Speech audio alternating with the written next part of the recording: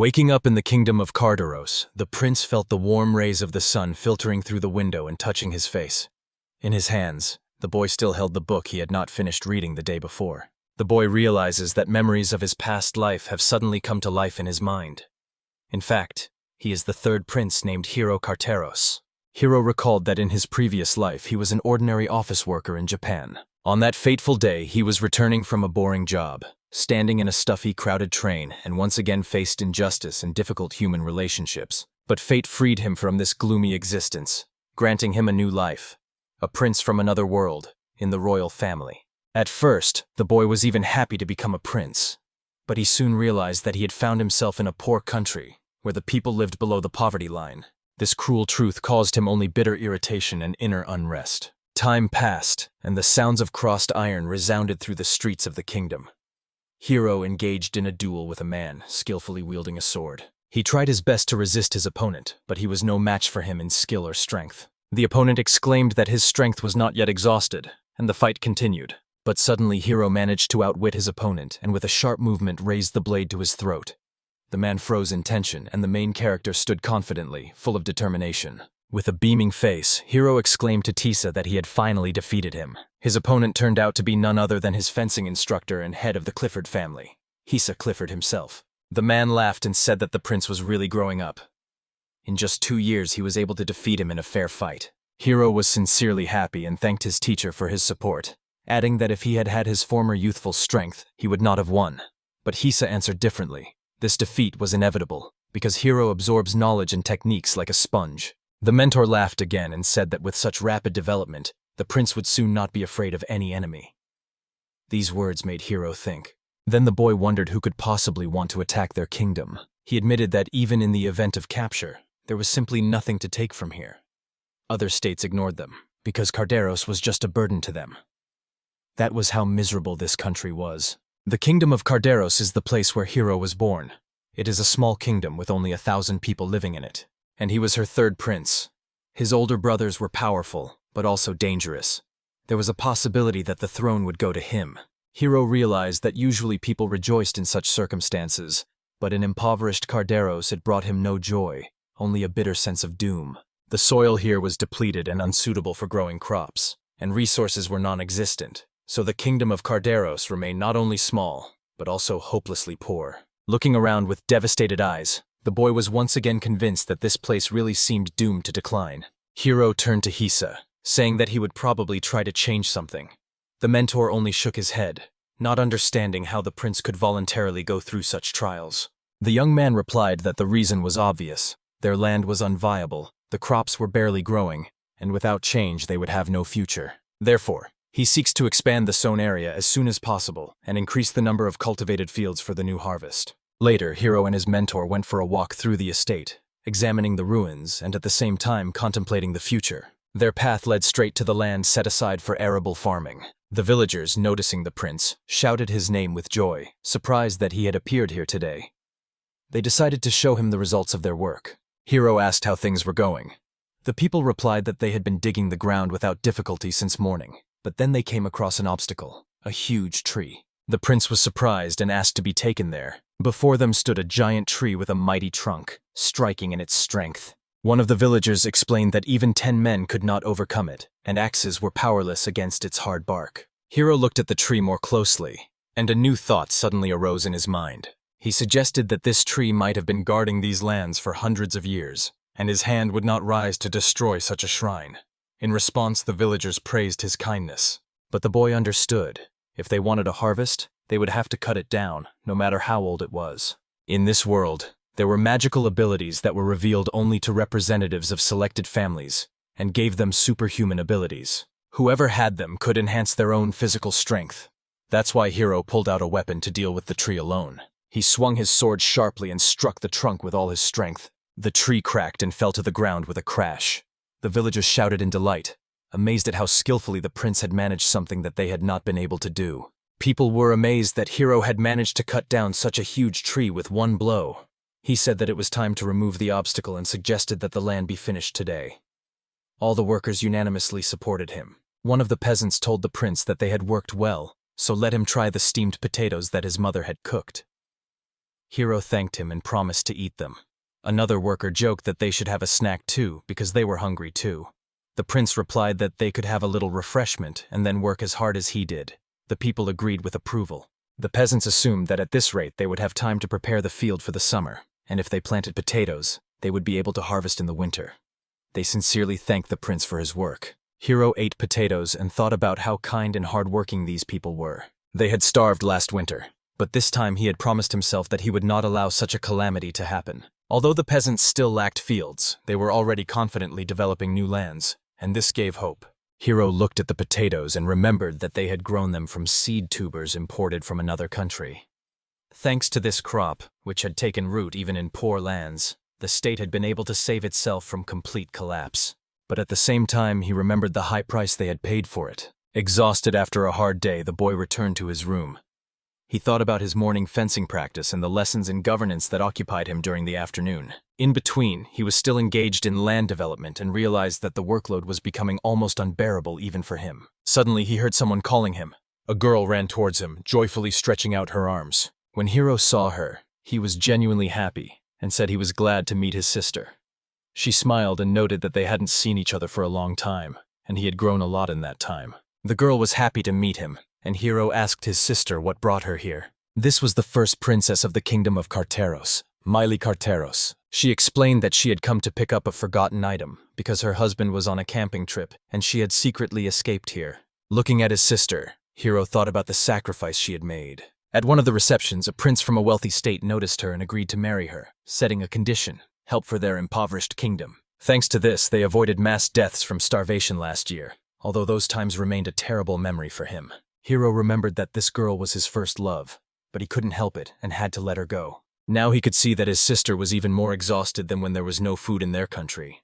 There were bruises on her wrist from under her sleeve, and the rumors about her husband were not at all in her favor. Hiro looked at the girl with admiration and said tenderly that she was his sister. The young man tried to contain his emotions, but his eyelids closed to hide the tears that were streaming out. Hiro asked Miley if she had time for dinner. She smiled and said she was very hungry. He said that was great. Everything would be ready soon. After some time, the maid prepared food for both of them. A soup made from leftover vegetables, some dried meat, potatoes boiled in salted water, and plain water were served on the table. Hiro noted that even such a simple dish seemed quite decent, and most importantly, now they could eat it every day and not be afraid of hunger. Miley told her brother that she had heard about his successes in business. Thanks to him, even those lands that were planned to be developed only next year are being developed. Hearing this, Hiro felt genuine comfort and satisfaction. He told his sister that he was doing his best, because there was nowhere to plant the potatoes she had sent, and he had to do everything to ensure that her efforts were not in vain. Suddenly, May hugged him tightly and thanked him, saying that he had always been a good child. These words made the Hiro's heart ache. He felt a slight sadness. Standing up on tiptoe a little, Hiro asked him not to say that anymore, because he was no longer a child. But in response, his sister only smiled gently and quietly denied that to her he would still remain a child. Therefore, she asked him not to do anything foolish. Hiro replied that he was not doing anything wrong, and he was not omnipotent at all. He realized that he could help the country with his magical abilities, as well as the strength gained from training with a swordsman. However, if we look at it more broadly, his personal power was insignificant in the face of the problems of the entire country. In his soul, he had only one clear desire: to save his state. To make this dream come true, Hiro, a former office worker, had no necessary knowledge. He lacked practice, and many times things didn't go as he wanted. But he still believed he had to act. He desperately did his best every day. At that moment, Miley touched his face and asked why he was lost in complex thoughts again. The girl assured her brother that he had nothing to worry about. Her sister would definitely come up with something. Hiro asked if she would come back if he made the country rich. Miley laughed and said that would be great, but unfortunately it was impossible. Before leaving, Miley leaned over, kissed her brother on the head, and said softly that she loved her adorable Hiro very much. After a while, she gathered her things and went down to the carriage. The girl raised her head, waved at him, and smiled goodbye. At this moment, Hiro thought that his sister had come today only to deliver help from that man. He remembered what she had sacrificed for this, and felt an unsettling and oppressive feeling rise in his chest. He began to shake, and he slammed his fist against the windowsill with all his strength, barely holding back his emotions.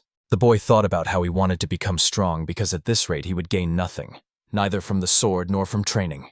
If nothing changed, it would be the end for him. He was determined to change the current situation, not even realizing that he did not yet have any corresponding power. Suddenly, a voice sounded in his head that promised to answer all his desires. This frightened and surprised Hiro at the same time, and he asked aloud what it was. He felt a sharp pain pierce his heart, and he couldn't understand what was happening to him. Looking around sharply, Hiro glanced at the room, but no one was there. He asked if anyone was here. Then a voice called itself. The respondent resounded in his head again. Hiro asked in surprise what that meant.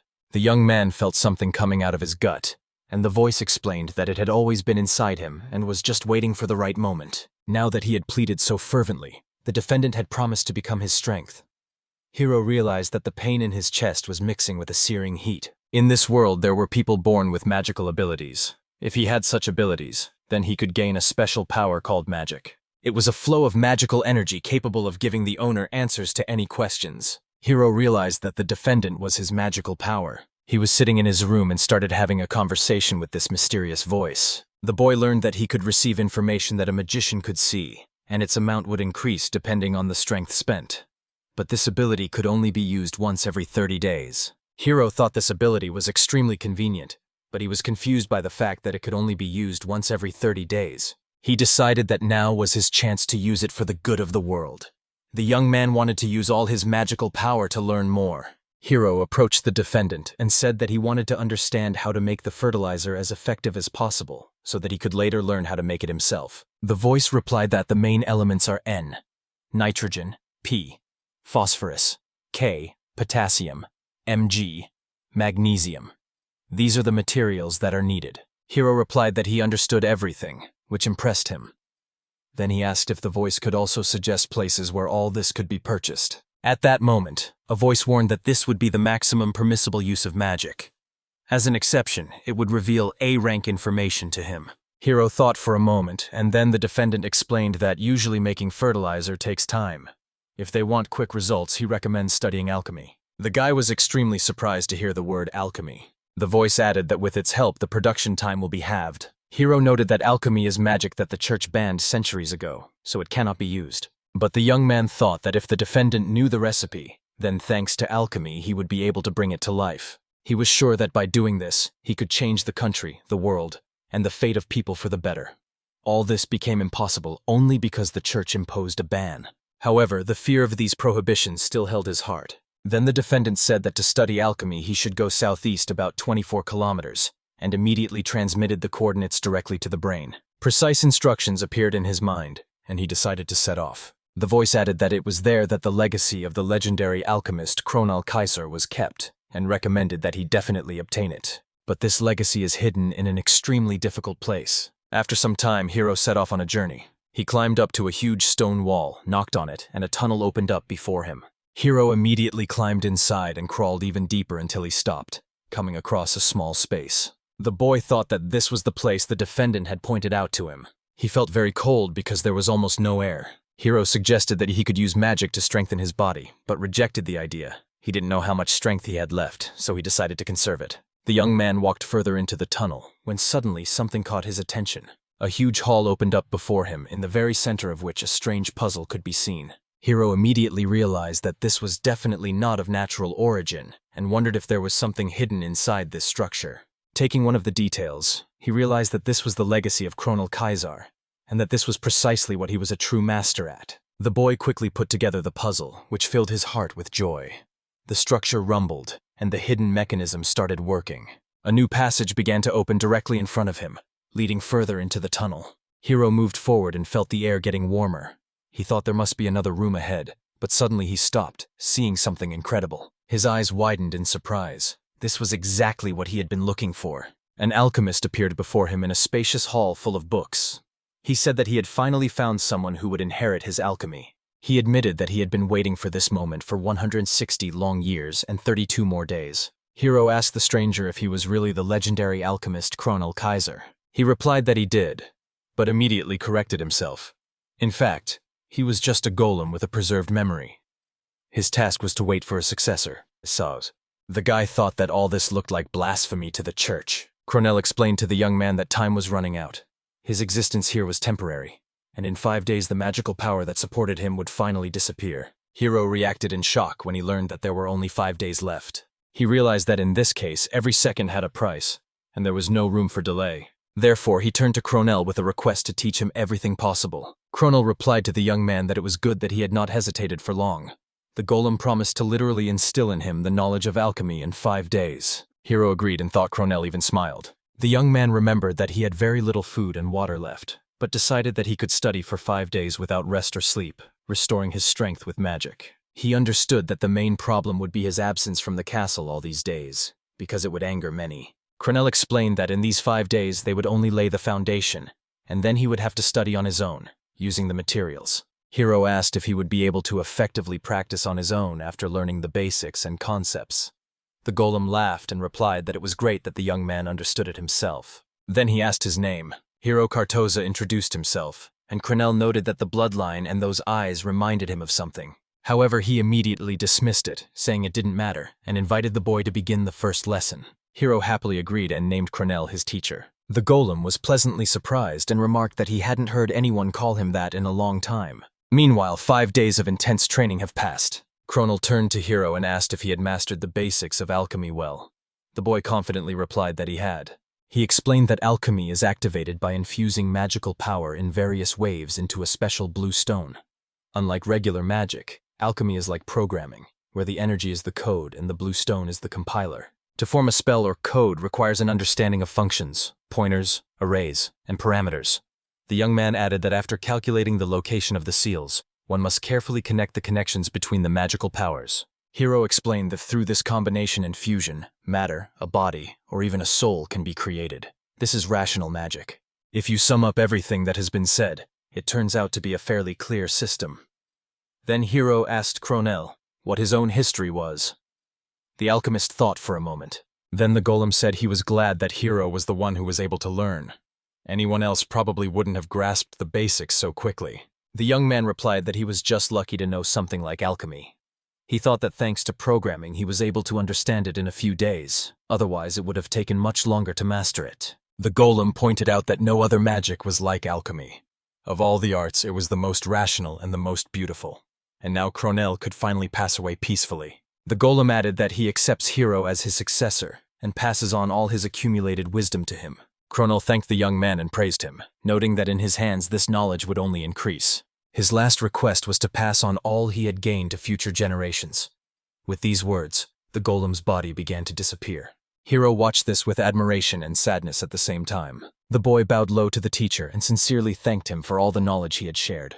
He promised that he would definitely do everything that was asked of him. Turning to leave, Hiro thought that he had now mastered the basics, grasped the concept, and understood the essence of alchemy. Ahead of him lay the abandoned materials of the legendary alchemist Cronel Kaiser, which he planned to study. Now he had the power of alchemy, a magic that had been banned by the church and had disappeared from the world in his hands. Hiro knew that with it he could change everything. 2 years had passed since he began studying alchemy. Simply put, alchemy is a technology of transformation. It requires material. You can change a substance slightly, but you can't turn a stone into gold. Using this handy magic, depending on the plan, you can make a lot of money and become rich. If Hiro only thought about himself, he should have left this kingdom. He would have found a place for himself anywhere. But the boy was convinced that he would never do that, because he loved his country. Hiro believed that even this power alone would be enough to save the kingdom and bring back his sister. He had studied hard for this, and now, finally, he was ready to take action. The young man was certain that he would achieve his goal, even if he had to go there himself. At least that's what he thought at the time. After a while, a girl approached Hiro and said that they hadn't seen each other for a long time. She mockingly called him a crybaby. Hiro immediately recognized his childhood friend. At first he couldn't believe the meeting, but his heart was filled with joy. It was Habana Clifford, the granddaughter of his mentor. The girl had traveled to the Principality of Keenard to learn swordsmanship. Hisa explained to Hiro that he knew that Habana had gone to study with his friend, but now that it was over and she had returned home. Hiro replied that he understood, because they really hadn't seen each other for a long time. Suddenly Hiro got angry and asked Habana not to call him a crybaby anymore because he had changed. The girl asked incredulously if that was true. Hisa turned to Hiro and informed him that Habani was only 14, but her skills were already enough to enter the Bronze Knight Order of the Principality of Keenard. This greatly surprised the boy. He asked Hisa, because this order was considered the strongest, and only true swordmasters could join it. It was extremely impressive to him. But Habana pointed out that it was the lowest rank of the 3 orders. Hiro replied that despite all that, it was still incredible. However, he wondered why the girl had returned. After all, if at that age she could already enter the Bronze Order, then in time she would surely be able to reach the Gold Order. And isn't that the highest honor for a swordswoman? His words initially confused the girl a little, but later they angered her. Habana exclaimed that she had returned because of their promise. If he said he had forgotten her, she would hit him immediately. The young man thought about her words. A few years ago, Hiro and Habana were sitting on the grass, and the boy was crying and she was comforting him. The girl then said that Natalie was getting married today and asked him to smile, otherwise they would be sent home. Hiro told her that she was crying too. Habana confessed that she also loves Miley and doesn't want to see her so sad. Then Hiro said that he would change this kingdom someday. He couldn't do it now, but he would in the future. And Habana assured him that if he said so, she would become his sword. They intertwined their little fingers, sealing the oath with a childish promise. At that moment, Hiro remembered everything and told the girl that he remembered their agreement. Habana replied that, of course, she remembered too. But she immediately corrected herself, saying that she would like it to be exactly that way. She admitted that she didn't quite understand why she had returned to this kingdom. As she grew older, the girl increasingly thought that it was impossible to change the country. And when she went beyond its borders, she saw even more clearly how dangerous and miserable Tartaros looked. Imagining that Hiro might give up on his dream, the girl was scared, and then thought it would be a good idea to join the Golden Knights Order. Hiro told her that it was a really good idea, but then asked why she was next to him now. Habana said she learned from her grandfather's letter. It said that she might doubt Hiro, even though he was the one capable of saving the kingdom. The same letter also said that Hiro didn't give up, he tried to do something at least. And then Habana realized that this was the reason for her return. She bluntly said that she only came to make sure that he really hadn't given up on his dream. Hiro thought for a moment and looked at Hisa, who just smiled in return. He noted that he knew they would soon take action, which is why he wrote to Habana. Hiro agreed that he had predicted everything surprisingly accurately. Hisa added that he had always taken care of them since childhood, and they could not hide any secrets from him. He reminded them that they cried all the time back then, and there was nothing wrong with that. Hiro blushed and asked them to stop these memories. Hisa and Habana couldn't help but laugh. Hiro smiled too and thought that yes, now he had Hisa and Habana by his side again. It was at this moment that he decided that the time had come to act. Habana turned to him and asked how he was going to save this worthless kingdom. She wanted to know if he really had the power to carry out his plan. The girl added that she also loved this country and wanted to save what could still be saved, to fulfill their promise. But if this dream and promise turned out to be impossible, the only thing left for them to do was to leave it. Hiro replied that everything was fine and promised to show them something interesting. He led them down into the dungeon, and they passed through a long tunnel. Hiro invited them into a 2-story hall, where many books and magical objects were laid out. Hisa and Habana were shocked by what they saw. Habana asked in surprise if there really was such a basement in the castle, as she had never heard of it. Hisa had no idea either. Hiro replied that it was not surprising. He had created it himself. Habana didn't believe it and asked if he was joking. She asked if he had really built both this hall and this passage himself. The girl exclaimed that it would have taken decades to build such a stone wall and maintain the light. And yet it was all amazing. It was warm here and not at all stuffy. Hisa added that he also thinks so, because with the skills of local carpenters and stonemasons, it would be impossible to build something like this. Then Hiro explained that this could only be accomplished through magic. Human strength would not be enough for this. Hisa immediately understood what the young man meant. He told Hiro that he had been wondering what he was working on for a long time, but he could never have imagined that he had managed to prepare something like this. Hiro replied that it was too early to be surprised, because he would show them the main thing ahead. The young man prepared to open the door and said that this was the result of his desperate training and research over the past 2 years. He invited them to see an invention that could radically change the small kingdom of Carderos. A huge hall with impressive architecture opened up before them, in the middle of which a wide green wheat field lay. When Hiro led them to the place he wanted to show them, both were amazed to the core. Habana exclaimed that it was wheat. She asked if it was even possible to grow it here, because their ancestors had tried countless times and never succeeded. And here was a whole garden. Hiro explained that this was his testing ground, where he was conducting experiments on things that could help their country. And one of these experiments was wheat. He said that he had enhanced its vitality and reproductive capacity. Now it can grow even in cold climates, gets sick less often, and grows much faster. It can be sown in spring and even early summer, which was extremely quick and effective. Moreover, it had a wonderful taste and contained a lot of sugar. so the bread made from it would be sweet and fluffy. Habana exclaimed with delight that it was a true miracle. She asked Hiro if this wheat could grow in the open ground as well as in this hall. Hiro replied that no matter how amazing this wheat was, it wouldn't sprout without fertile soil. He asked them to look carefully. Special fertilizer had been used for this crop. Suddenly it became clear that the fuel was the monster's corpse, and the friends shuddered in shock. Hiro explained them these creatures were the ones ravaging their country. Hisa noted that their bodies contained miasmas that made them unfit for food and poisoned the environment. But Hiro replied that he had found a way out. He had created a special seed that should be planted directly into the monster's body. And immediately before their eyes this seed began to sprout. Hiro explained that then sprouts appear, which in the process of growth neutralize the miasmas, absorbing nutrients. After this, the body gradually dries out. Over time, it becomes earth again, transforming into extremely fertile soil, as the monster's body is full of energy. Habana exclaimed with delight that this was simply incredible. She could not have imagined that wheat could grow in their country. Hiro confirmed and added that the land of their kingdom was capable of much more. One day it could even become a food exporter for great powers. He turned to Habana and asked if she was interested. Hiro stated that this was just the beginning, and with such power he could change everything. Once he was just a helpless child who made promises. Now he has the power to make them come true. Hiro reached out his hand to Habana and asked her to keep their ancient oath. The girl replied that she would do it with pleasure. She was certain that with Hiro's power, their kingdom would change, and asked for permission to see this path from a special place. Habana said she would become his sword. At this moment, Hisa silently watched them, but suddenly his face frowned.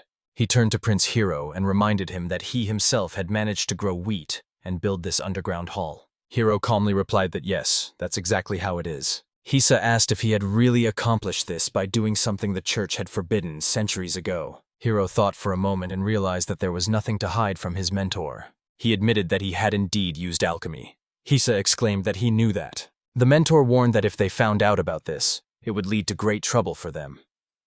Hiro replied that the church would definitely not ignore it. But he asked the teacher not to worry, because he would do everything right. Hisa wanted to object, but Hiro firmly stated that he had already decided everything. He knew that it was a forbidden power, but if there was a chance to save the kingdom, he would use it. The young man thought that the influence of the church would not stop him, and he would defend his cause at any cost. Habana and Hisa looked at him thoughtfully, and the mentor realized that Hiro was truly doing this for the sake of his native land. Suddenly he smiled tenderly and told Hiro that he understood him. From now on, he would help him with this matter. Hisa added that it was wonderful and asked to be allowed to support it. Hiro blushed a little, and at that moment Habana hugged him tightly, accusing her grandfather of being unfair to constantly touch only Hiro. She told her brother that even if he used alchemy, her attitude towards him would not change, and she added that if anyone harmed him because of this, she would kill the culprits without hesitation. Hiro smiled upon hearing her passionate words. Hisa assured them that he was counting on them, and Habana pressed even tighter against Hiro. They both promised to do their best. Then Habana turned to Hiro and said that she wanted to become his knight. She asked if he could initiate her right now. Hisa got angry and replied that this required an official initiation ceremony. Besides, she couldn't become a personal knight of someone from the royal family. That was forbidden. The girl was surprised and asked her grandfather why he said that, and suddenly remembered that such a ridiculous rule really existed. The royal family must personally conduct the ceremony, ordain the knight, present him with a specially forged sword. Knighthood is an extremely important tradition, and no stage can be missed. Hiro replied that it was true. For now, she was his secret ally. But in order for the girl to act openly, an official initiation ceremony was needed so that everyone would know that she was his knight. Habana began to beg to let her out as soon as possible, even using a cheap sword as a symbol. But Hiro said that was impossible. She would use that sword to protect his life. She winked slyly and asked if he meant creating the sword through alchemy to make it special. Hiro confirmed. This was exactly what he had planned. They would create a blade capable of surpassing even the sacred swords of the Principality of Kionard. Habana awkwardly remarked that this was too lofty a goal, as only 12 knights of the Golden Order in the Principality had the right to wear such swords. But Hiro replied that if they could not surpass even that, then there could be no question of truly enriching their kingdom. He reached out to Habana and asked for her sword.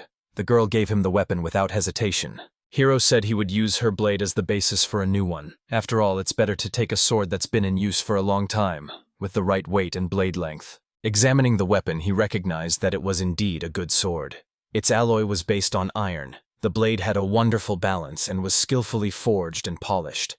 A true beauty. The boy wondered how many decades of blacksmithing training it would take to do something like that. It even seemed unfair to him that he would use magic to do it. Hiro asked the girl if she had any special requirements for a new sword. Habana unexpectedly replied that for her technique, speed is more important than force. She prefers to cut an opponent rather than crush him. So she said that a light sword that would allow her to maintain a high intensity of combat would be ideal for her. She asked for the blade to be shortened slightly and the center of gravity to be lowered. Hiro jokingly remarked that she had more demands than he thought, but he agreed with everything. He raised her sword in front of him and began to use magic. Everything around him changed. The energy of alchemy surrounded the blade and began to refine it. Some time passed and the new weapon was ready. Hisa and Habana looked at him with great astonishment. Habana covered her mouth with her hands and exclaimed that this was how he used the bracelet. Hiro replied that it was made of mithril, a legendary metal he was seeing for the first time, and he added that this is alchemy in its true form. Soon, Habana began training with her new sword. Habana practiced her strikes and tried to get used to the new sword, adapting her technique to its characteristics. At one point, she chopped the knight's training statue into several pieces. Her eyes immediately opened wide. She was incredibly surprised. Habana said she didn't feel anything special, even though she had just chopped down an entire statue. Hiro replied that he was also surprised. Even without strengthening her body with magic, she managed to cut the stone in half. The girl winked at him and said that she wanted him to see her true power. Hiro thought that wasn't surprising. From the outside, it was obvious that she had a good command of magical energy. She just hadn't used it in battle yet. Then Habana turned to him and asked him to give her the mithril sword forever. But Hiro replied sharply that no, he would not do that. She began to plead, saying how much she wanted to leave him. But Hiro firmly stated that the sword belonged to him, and he had only given it to her temporarily. Habana was upset and quietly said that she was very sorry. Hiro asked her not to worry so much because he would forge a sword for her that was much better than this experimental one. The girl asked in surprise how he could make an even better blade. Hiro replied that he would use specially prepared materials for this. Habana was happy and thanked him, saying she had been looking forward to this moment. Hiro asked her to trust him, and when the training ended, Hiro was left alone with his thoughts. He said quietly that he couldn't let Habana down because she was so waiting for this sword, so the young man decided to start work on a new blade for her. The materials he chose were special. It had to be more than mithril. A truly strong sword is not made from ordinary metals alone. Hiro opened the stash and showed off his stash of rare materials. There lay the fangs and skins of monsters that he had once used as fertilizer. They had properties similar to metal, hard, sticky, and difficult to break. And just as warriors imbue their swords with magic, monsters imbue their own bodies with power, so their materials have a close connection to magical energy. Although a sword created from a monster's body is an extremely powerful weapon, it also harms the wielder, poisoning them with miasmas. However, there are warriors so strong that they can use such weapons even under the influence of miasmas. Hiro recalled that the elimination of miasmas is the basis of alchemy. The crystal ball was used for this purpose, an alchemical tool designed to purify materials of poison. However, its limit was already almost full. Since the ball had already absorbed too much miasma, the boy decided to postpone its use until later. In the meantime, all the preparatory work was completed. He crushed the monster's material, freed from poison, with a special hammer of his own production, and melted it. Hiro thought that if he did this with regular blacksmithing, he would need a huge furnace and rare chemicals. This time he used materials from 3 monsters, a great bear, a hunting dog, and a golden eagle. All of these creatures were incredibly powerful, and each part had to be melted and mixed together. When combined properly, a powerful synergistic effect occurs. The idea of creating a sword from the combined powers of monsters was suggested to him by the defendant. Therefore, Hiro boldly declared that he would be able to forge a blade equal to the sacred sword of the Principality of Kinard. For 2 years he had gathered knowledge from the defendant for this moment. The next step was to give the sword its shape with magic. The balance of weight, the length of the blade, even its appearance. Everything was according to Habana's wishes, and after a while the finished sword flashed in his hands. It looked so beautiful that Hiro couldn't even believe that this weapon was intended for killing. Now the last step remained, to apply runes to the blade, which enhanced the sword's power. After that, he put a spell on the weapon. This was true alchemy. Magical energy seeped into the material and strengthened its very foundation. Thanks to the seals applied, the sword became even stronger, strengthening its shaft. Hiro looked closely at the blade and realized that he had done a truly great job. He was sure that Habana would be happy to receive such a gift. In the great hall, Hiro solemnly declared Habana Clifford his knight. The girl bowed her head before him with tears of gratitude. She declared that from now on her sword belonged to Prince Hiro. Everyone present erupted in applause, marking the end of the dedication ceremony. Habana leaned closer and whispered her thanks to Hiro for making the best sword for her. She confessed that she had never seen such a beautiful and powerful weapon. Hiro whispered back that she didn't seem too happy. He wondered what the girl didn't like. Habana explained that it wasn't about the sword at all. She was just a little nervous. She was afraid that people would start saying that she wouldn't be able to handle her duty. Hiro laughed and replied that it couldn't be that way. Habana would definitely handle it. She laughed too and thanked him. Hiro thought that no one probably cared that the third prince now had his own knight. He remembered that Habana was Hisa's granddaughter and had also studied in the Principality of Kionard. As a knight, she was impeccable, and there was nothing to complain about. In fact, everyone had seen Habana's true power, and Hiro was sure that there would be those who would want such a girl to serve them. But unfortunately, it was impossible for them. Hiro thought that Habana was his girlfriend. They were bound by a vow, and she was his partner, his support and strength. Taking a deep breath, he felt that he could finally start moving forward. After all, he and his comrades had a lot of work ahead of them. But he also understood that there were 2 other players in the world eager to act. Later, Habana turned to him again and thanked him for the dedication. She promised to protect the sword, but at the same time confessed that she also had a gift for him. Hiro was surprised and said that it was really unexpected. Habana handed him a small lamb and said it was for him. Hiro asked, confused, what it was. The girl explained that it was his defendant. Hiro noted that it looked more like a strange decoration. Habana added that when he uses the respondent, from the outside it looks like he's talking to himself, and that makes her a little upset. Hiro got a little annoyed and sarcastically apologized, but Habana said it was okay. Now he would have someone to represent the defendant, and it was cute too. She joked that the lamb was greeting Hiro and saying that it was his answerer. The boy just laughed at her joy. Hiro said he would consider whether to use it. Then he turned to Habana and asked what she was doing now. The girl replied that she was training. Hiro asked why the girl was training here. Habana replied that she had no choice. After all, she was his knight, so she had to be there. Then Hiro offered to show her the technique of lifting logs. Habana said that the point of her promise was to become his sword, and therefore the strongest of all. If she didn't become stronger, she would simply be a liar. She admitted that she knows at least 8 people who are stronger than her, so she has to catch up with them, and that's why she devotes every free minute to training. Hiro thought that Habana was confident that she was already stronger than 4 of the 12 golden knights of the Principality of Kionard. For him, just having her around was enough. After all, you can't buy bronze knights even for money, and he was sincerely glad that he had Habana. He asked her how she liked her new sword. The girl replied that it was beautiful and very powerful. Hiro added that such a blade was indeed necessary for her status. After all, a simple sword could only defeat an enemy without a sacred or magical sword, and it wouldn't even pierce simple armor. And she was his knight, and she must have a worthy weapon. Looking at her, he was sure that she would do well.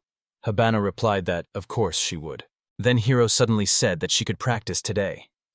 This surprised the girl, and she wondered what he was talking about. Hiro asked her to prepare for departure, as they were leaving the castle. At that moment, a young man appeared at the door of his office. He asked Hiro where exactly they were going. Hiro immediately knew who it was. Before him stood the second prince of the kingdom of Carteros, Agatha Carteros. He turned to his brother and said that, as usual, he was busy gaining popularity among the people, pretending to be a simple doctor and hiding his origin. Agatha added with curiosity that she wanted to know what her brother would come up with next time, because there were all sorts of rumors going around. Hiro thought that Agatha must have come to check on him after he tried to distribute wheat among the villagers. He realized that he had to be more careful, although it was still impossible to hide from Agatha. Hiro replied that he wasn't after fame at all.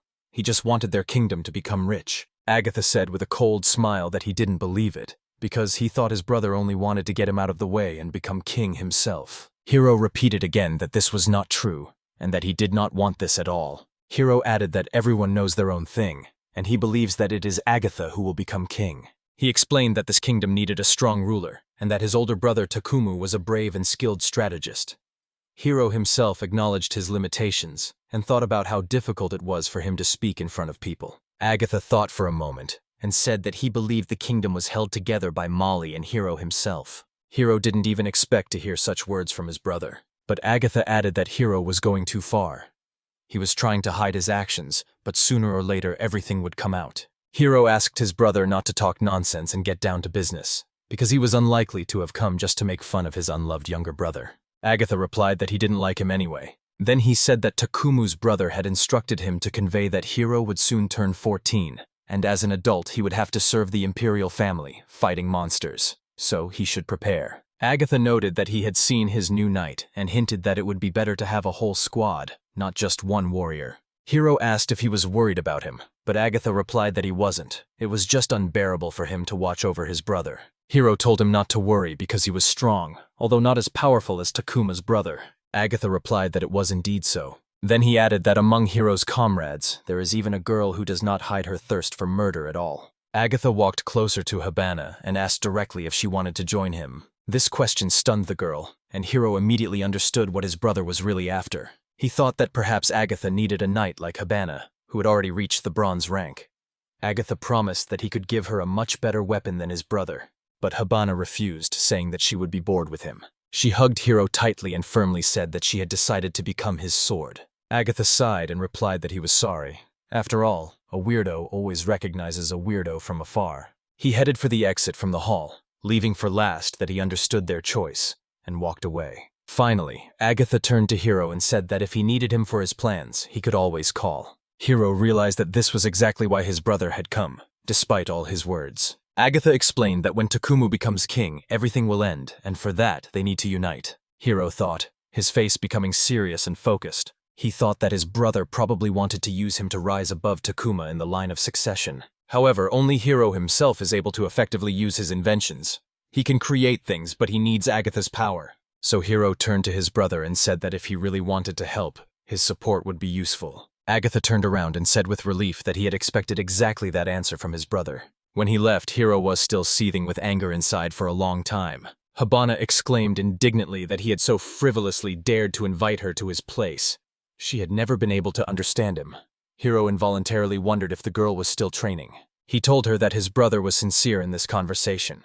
This surprised Habana, and she asked if he was really joking. Hiro replied that the proposal made enough sense not to consider it a lie. But Habana still said that Agatha is always a liar, because she always says bad things about Hiro. There is a gulf between the brothers, and she never saw them as true friends. Hiro agreed to this, because he himself was not sure if he was really their brother. One day, his father simply brought him out of nowhere and announced that he was his son. And naturally, it was humiliating for the brothers when a child of unknown origin received the right to inherit the throne. Then Habana asked directly if he really did not aspire to become king. Hiro replied that yes, because the title of prince suits him much better, because then he can do whatever he wants. If he becomes king, he will no longer have time for alchemy, and therefore he will shift all responsibilities to his brothers. Habana only quietly remarked that she still believed that Hiro would one day become king. Hiro asked the girl if this was truly her wish. Habana confidently replied that she had good intuition and, of course, dreamed of becoming a knight for the king himself. Later, he approached Habana again and said they could go. Today he would need the strength she was so proud of. When they arrived at the appointed place, Habana asked if this was perhaps the Devil's Forest.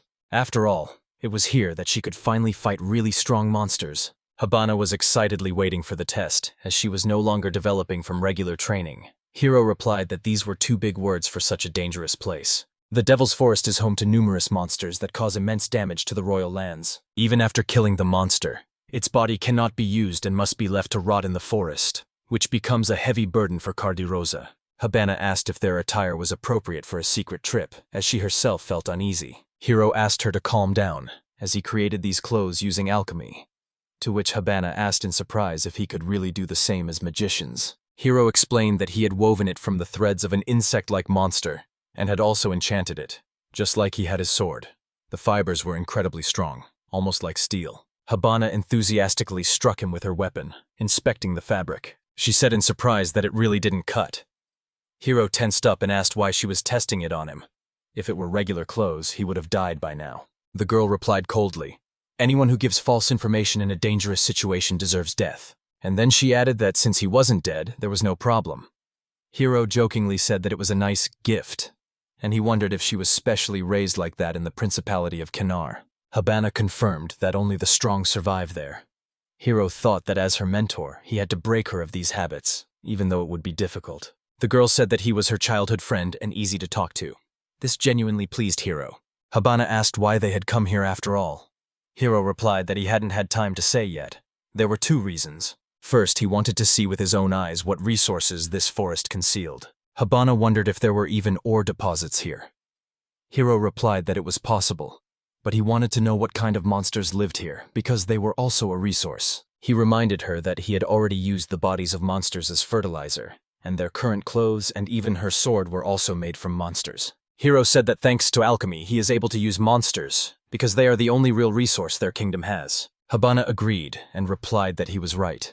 She was also interested in what kind of monsters were found here and what powers they were hiding.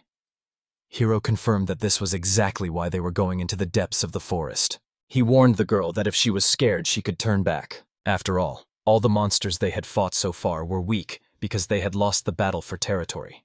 Compared to them, much stronger creatures awaited them deep in the forest. Habana replied that escape was impossible for her. Her blood was boiling with anticipation of battle. She was sincerely glad that she would finally test her weapon in action. Hiro noted with a smile that she was indeed reliable. They walked further and further into the thicket, and Hiro said that there was already a barricade ahead. Behind it were especially dangerous monsters. Then Habana asked what the second reason for their trip was. Hiro replied that everything he was doing now served one purpose: to save the kingdom. And that was more important than any little things. At this moment, a guard approached the prince and asked what he was doing here, because it was extremely dangerous for them to go any further. Hiro thanked them for their concern and asked if they knew about his sword. The guard nodded, saying that yes, they were well aware of it. Then Hiro confidently declared that his knight was stronger than himself, so they would have no problems. He asked the guards to let them through, as they had important business. The guards bowed their heads and replied that whatever the prince ordered would be done, but asked him not to overstep the bounds. Hiro thanked them once again. When one of the guards advised them to be careful, a strange sound was heard deep in the forest. Habana asked anxiously what it was. Hiro guessed who it could be.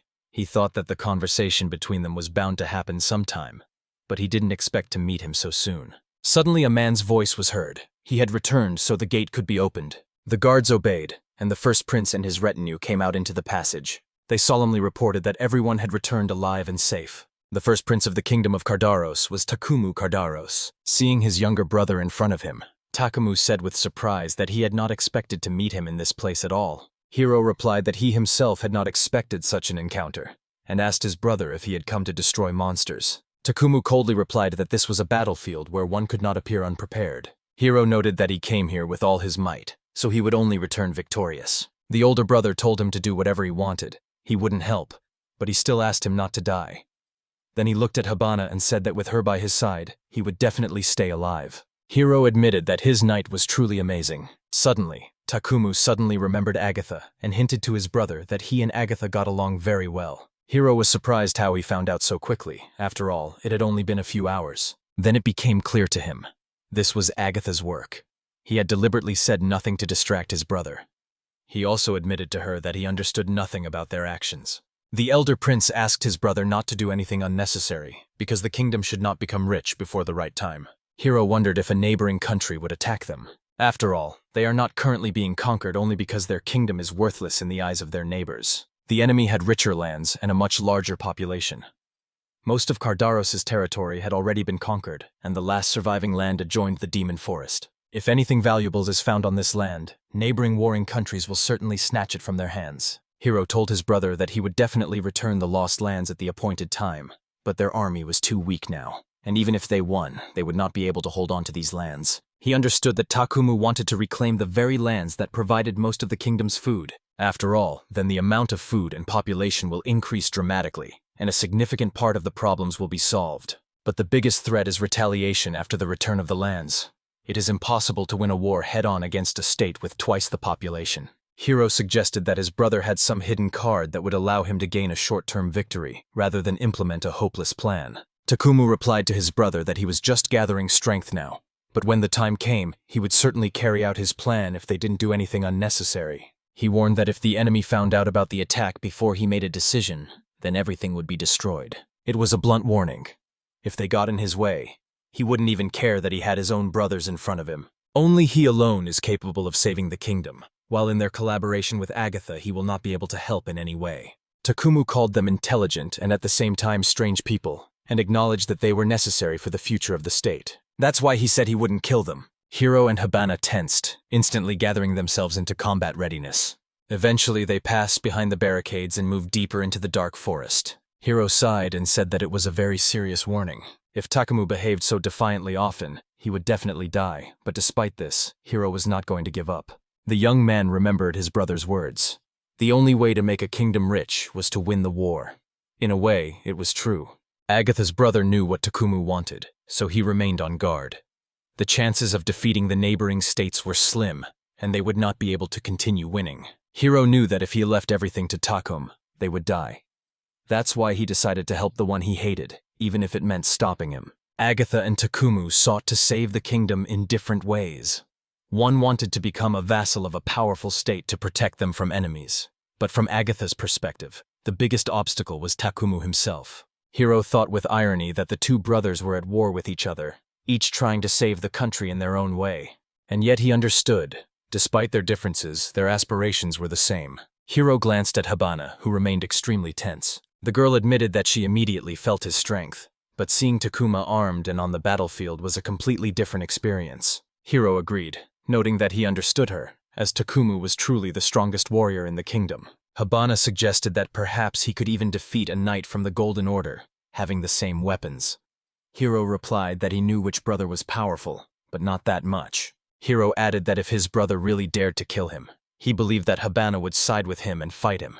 He then asked the girl if she could win. Habana replied coldly that 3 minutes would be enough for her. Hiro understood her words and agreed to avoid a violent confrontation with his brother. The girl pointed out that if a confrontation did occur, she would give him time to escape. Hiro took this as a hint of his own death. He felt bitter and asked her not to say that anymore, because it only brought him sadness. He realized that if he could avoid conflict, he would rather take advantage of it. He needs Agatha's brother to spread his inventions, and he needs Takuma's brother with his army when the inventions strengthen the kingdom and make it rich. Hiro dreamed of giving his brother's army a powerful weapon created through alchemy. The young man also wanted to regain the lost lands. For this, he needed military power, capable not only of reconquering them but also of keeping them under protection. That is why he needed the strength of Takumu and his army. Hiro thought that his brothers were both wonderful and stubborn, which made it so difficult to get along with them. Habana told him that the sun's rays hardly penetrate here through the dense canopy. The girl, easily jumping onto a rock, exclaimed that now they would finally begin their search for the monsters. Hiro agreed with her. Habana remembered that they had never returned to the important topic due to Takuma's brother's appearance. She wondered when Hiro would tell her about the second reason for the trip. Hiro replied that the second reason for this trip was salt. Habana asked in surprise if he meant the rock salt in the mines of the demon forest. Hiro objected and explained that beyond the forest there was supposed to be the sea. That was how it was marked on the Grand Alchemist's map. Habana asked in amazement if there really was a sea here. The girl quickly guessed. If the map was true, they would be able to extract an endless supply of sea salt. The neighboring kingdoms only had rock salt, so they would open up a new market. Hiro praised her for her cleverness. He added that it was therefore important to think not only about the existence of the sea, but also about what exactly was there and how to pave a safe path. For him, this was of enormous importance. Hiro noticed that in this forest, not only were the monsters deadly, but the roads were also full of traps. It was completely useless for ordinary warriors, so he created a compass. He added a magic arrow to the compass, which was supposed to help combine the search with the verification of a new invention. The young man explained that the compass determines the current location thanks to 2 special stones that point in the same direction. It works not from a magnet, but from the power of magic. Hiro admitted that he was happy to check and make sure. A regular compass doesn't work at all in these places. Habana said that she was calm because she didn't want to think about troubles in advance. However, she admitted that she was afraid of monsters, because she felt as if something had appeared very close. The girl said that if you just think about the monster, it will appear. Hiro asked her what exactly she had noticed. He decided that this was a great opportunity to test his own strength. Hiro asked Habana to just watch his fight and not interfere. She agreed, realizing that as his bodyguard, she should know the boy's limits. The young man began by transforming the gunpowder, then applied the transformation to the mithril. An explosive red lotus arrow appeared in his hands. When he finished, he used the magical transformation of his bow. Habana was impressed. He had made a bow out of mithril and an arrow out of gunpowder. But Hiro said with a smile that that wasn't all. At this point, he cast an analysis spell. The young man explained that he had added magical vision to his right eye. This spell enhanced the penetrating gaze. By investing mana, one could predict movements and even see through a creature's body. After that, Hiro applied the X-ray effect. He carefully studied the monster's muscles, its center of gravity, and could already see its next movements in advance. For accuracy, the guy decided to add a little wind. Taking aim, he fired an arrow from his bow straight at the monster. The arrow hit and the beast sprang from its spot, lunging at Hiro. But the young man knew in advance where to strike, and easily blew up the monster at the right point. Habana was extremely surprised. She asked if he had really predicted the monster's jump and managed to blow it up at that very moment. Hiro replied that he had sealed the magical power, and it reacted to the gunpowder in the explosion. The monster turned out to be extremely resilient. If he hadn't done this, they would have had no chance of winning. But at that moment, Hiro heard new sounds. Other monsters were approaching from deep in the forest. Hiro pointed his weapon at the crack and asked who would be his next opponent. Habana was surprised to notice that he was using a spear, so he was not a swordsman. Hiro replied that he was an alchemist, and could wield any weapon he created with his own hands. For long-range attacks, he has a bow. For medium-range attacks, a spear. And for close combat, he uses a sword. If an enemy gets too close, there's always a knife, a shield for protection, and a heavy hammer for a crushing blow. Suddenly, a whole pack of monster warriors rushed at them. Hiro activated the mithril magic transformation, thanks to which he crushed the monsters in a few blows. Habana, watching his fight, said with admiration that it was incredibly spectacular. But the next moment, she got angry, because a weapon that could change was breaking the rules. Hiro replied that it was just a weapon that suited him. After all, with only one type of weapon, he wouldn't be able to get away from Habana and would become a burden. And he's also quite skilled with a sword. Habana replied that she understood but still pushed the guy aside, deciding to demonstrate her own skill. A giant bear monster just appeared in front of her. The girl hit him so hard that the beast instantly lost its paw. Then she started chopping at his legs, not even letting him answer. And at the last moment, she cut off the monster's head with one precise blow. Habana, looking back at Hiro, said that now chopping off a monster's limb with one blow is really cool. Hiro replied that their ideas about power were different, but it was still impressive. The girl laughed and thanked him. The boy thought that he hadn't even been given a break, but still, Habana's sword technique looked surprisingly beautiful. He asked if all the monsters in the Principality of Kinnar were equally dangerous. Habana reminded him that there were 8 other warriors there who were stronger than her. Hiro replied that then they were indeed a threat. However, Habana was surprised to ask if he really thought so, since there was no enmity between them. Hiro replied that this was how it was now.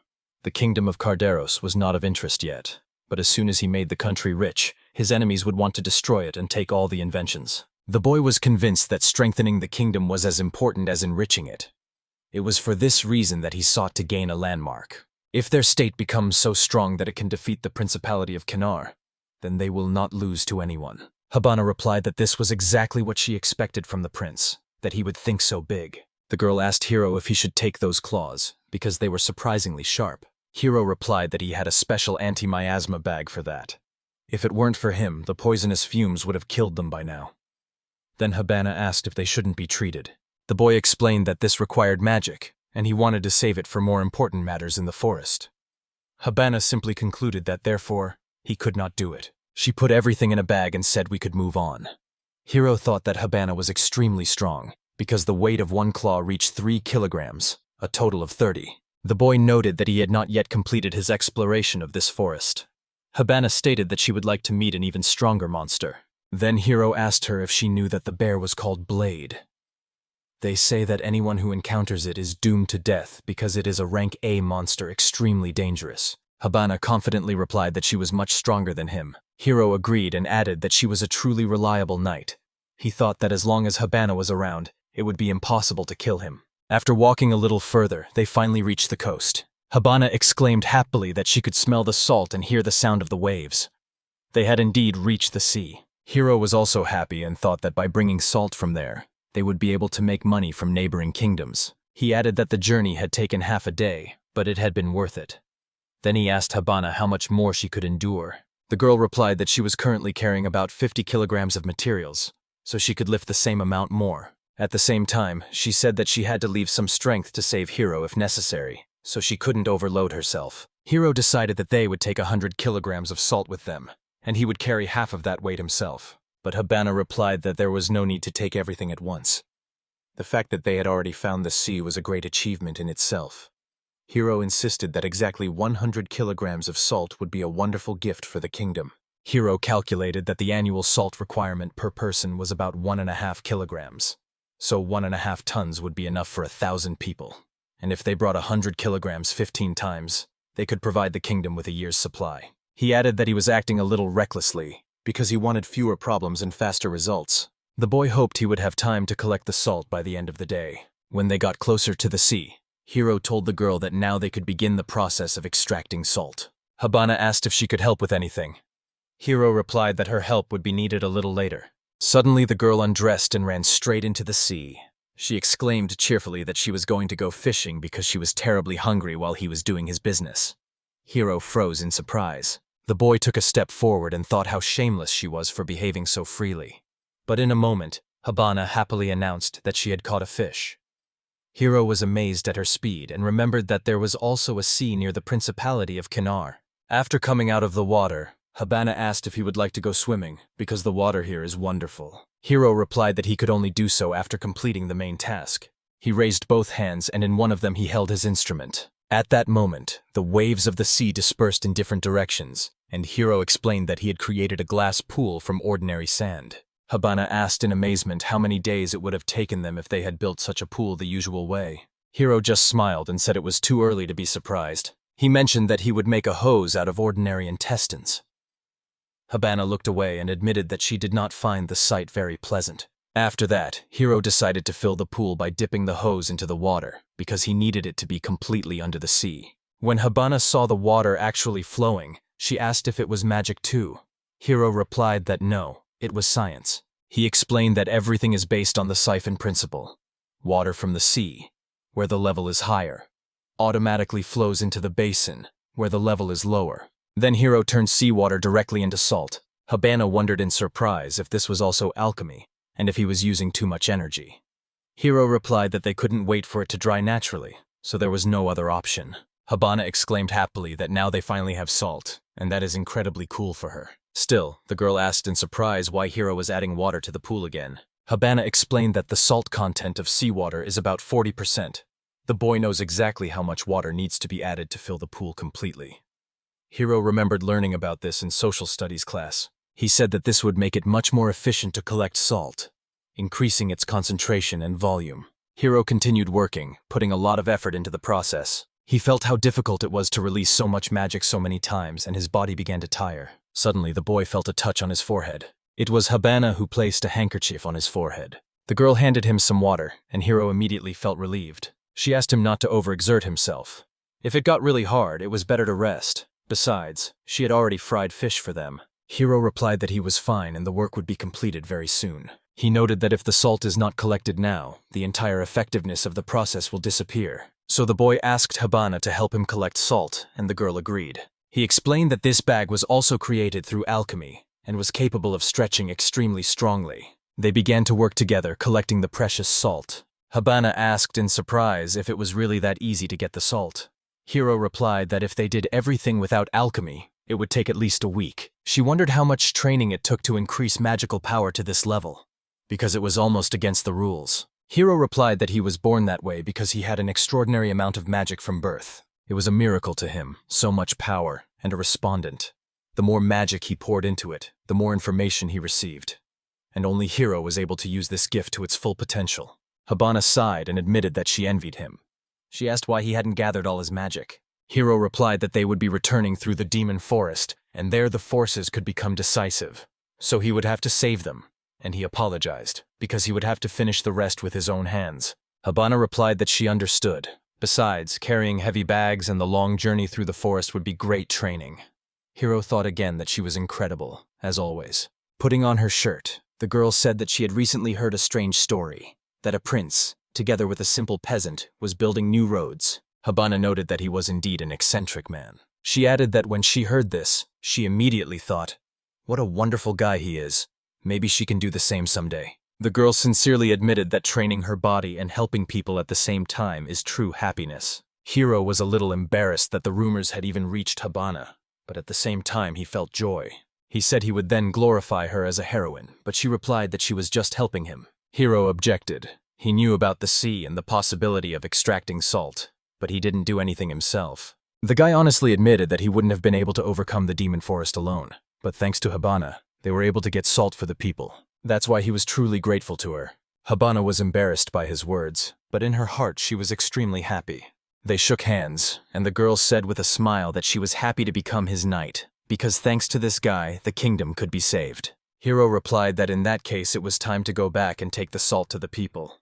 The girl reminded him not to forget about the fish. As they approached the exit from the forest, Habana exclaimed happily that she could see the light from the barricades. Hiro noticed that she still had a lot of strength left, but Habana admitted that she had been walking until late at night and was already terribly tired. The boy said that even in the moonlight she could walk further. The girl asked if he had trained his eyesight, but Hiro explained that he used magical vision. Habana admitted that it was an incredibly convenient ability. She also noted that they barely encountered any monsters on the way back. Hiro replied that it was thanks to his special spirits. Habana wondered if this was his new invention, because even the smell of sweat had disappeared. The guy explained that this was the smell that monsters hated the most. He clarified that it was just a test sample, but the results were already evident. Habana asked if it wouldn't be much easier for them to travel with something like that. Hiro replied that there were 11 kinds of monsters living in this forest. The perfumes were ineffective only on 3 of them. Those who were not disgusted by the smell or who had no sense of smell at all. He had drawn invaluable conclusions for himself. Hiro said that he wanted even ordinary soldiers to be able to pass through this forest safely using spirits, and that was why he was conducting his inspection. The boy summed up that today he had learned about monsters, tested a compass, found the sea, made salt, and tested perfume. For him, this day had seemed incredibly difficult. But suddenly Hiro smiled and said that perhaps the most interesting part was starting right now. Habana did not understand his words and asked in surprise what he was talking about. At that moment, the guards looked out from behind the barricades and tried to call out to Prince Hiro. One of the guards exclaimed that they were very worried. Hiro replied that they had finally returned to the kingdom and were fine, so the guards could relax. He apologized for disturbing me at such a late hour, but emphasized that he urgently needed to get to the castle. The boy thought that his brothers were probably still awake, because someone who really wanted to save the country wouldn't wait until morning.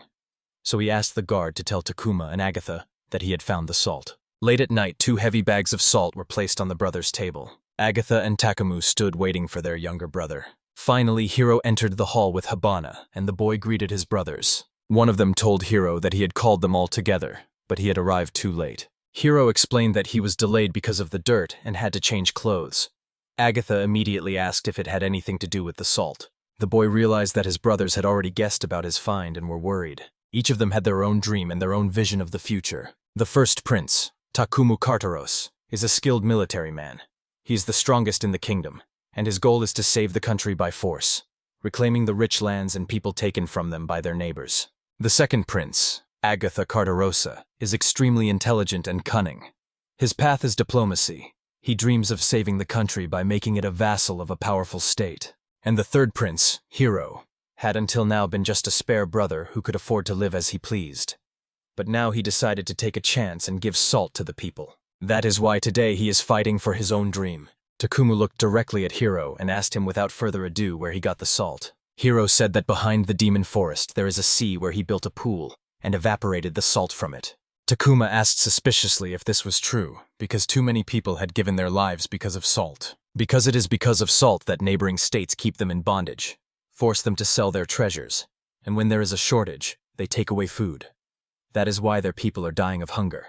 The kingdom desperately needs salt, and to lie about it is to mock those who weep and suffer. Hiro firmly replied that he would never stoop so low as to lie about salt. Takumu thought for a moment, then admitted that he understood his brother. Unexpectedly for Hiro, his older brother praised him for such an act. Hiro was surprised. For a man aspiring to become the next king, recognizing the merits of others was rather a sign of weakness. However, now was the time when he could ask his brother for something important.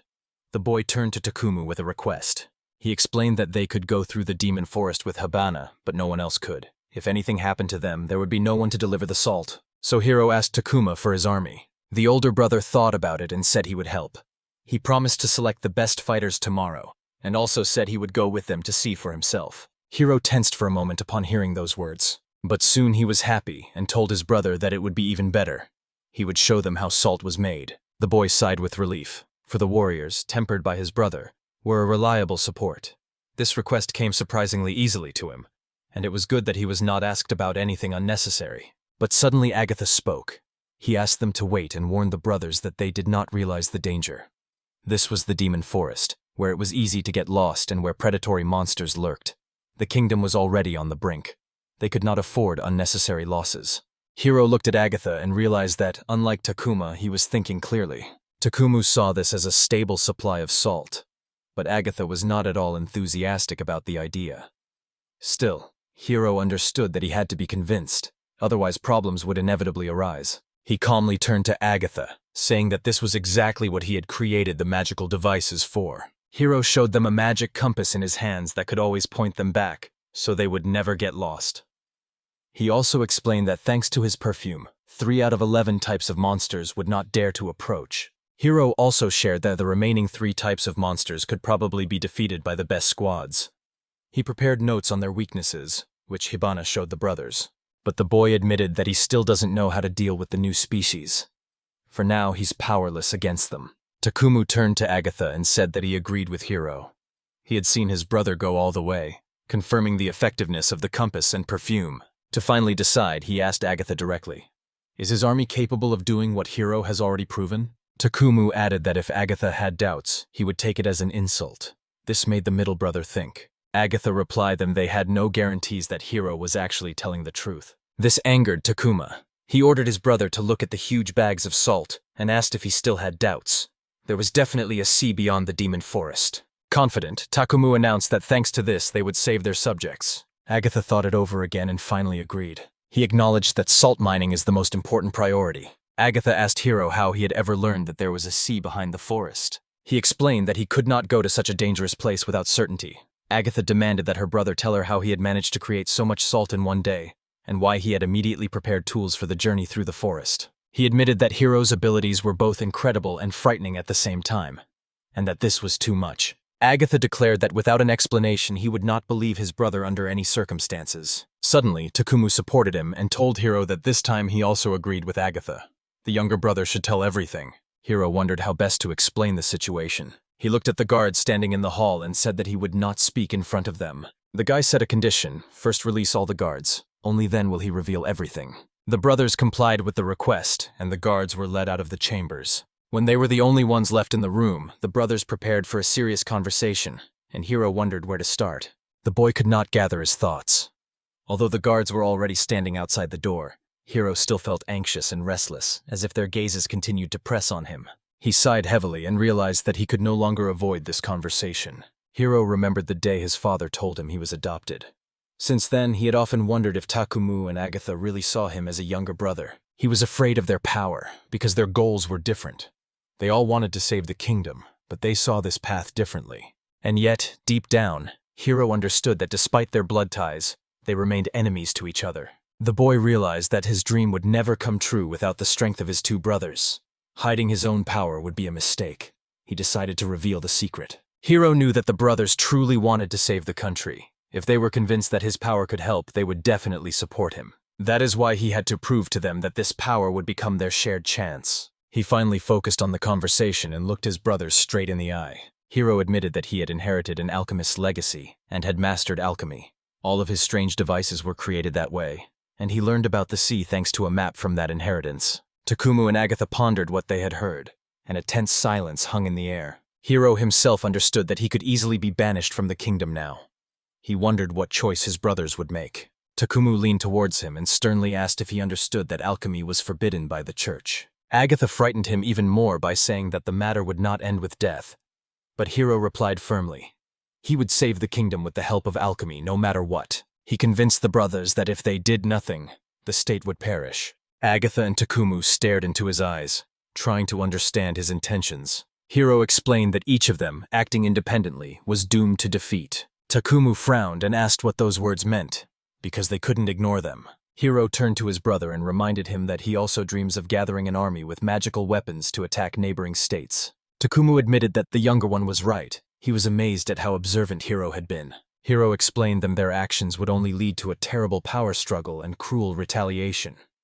His words made Takumu wonder what they could be getting the country into. Then he turned to Agatha and asked if he was going to ask stronger powers for protection, and therefore save the country by selling it into foreign hands. Agatha replied sharply that she had long since guessed his thoughts and intentions. He declared that there was simply no other way to save their possessions, and it was better that way than listening to the younger man's stupid ideas. These words confused Takuma. Hiro calmly cut off that it wouldn't make a difference. The kingdom had already sacrificed its own sister just to prolong its existence for a little while. He asked Agatha what she suggested they do if they had nothing. After all, obeying others is like being someone's property. Agatha replied that diplomacy was necessary to prevent complete dependence. Hiro said that perhaps his brother could handle this task, but he himself saw the limit. This path would not save them any further. He emphasized that everything Agatha is doing is only postponing the death of the state, but not saving it. Therefore, Hiro proudly declared that he was abandoning their plans. Takumu and Agatha looked up at their brother at the same time, stunned by his words. Agatha asked if he refused, how he was going to save the country with alchemy. Hiro realized that now he had to show another way out. He replied that yes, they had plenty of salt, but that was not all. The boy gestured for Hibani to fulfill the agreement and told the brothers that he would now show them the true power of alchemy. Habana went out into the corridor and called out to the mysterious guest. The guards immediately stared warily at the girl who appeared on the threshold. In her hands she carried something wrapped in a scarf, pressing it against her. Agatha and Takumu stared intently at the stranger, trying to figure out who she was. One of the guards leaned over to Takumu and asked what to do with the girl. He replied curtly, "Let her go." She entered the hall and carefully placed her bundle on the table, in a silence that grew even heavier. The next moment, the girl opened the handkerchief, and the brothers saw several ruddy loaves of bread inside. Takumu looked at Hiro incredulously and asked if he had brought them white bread.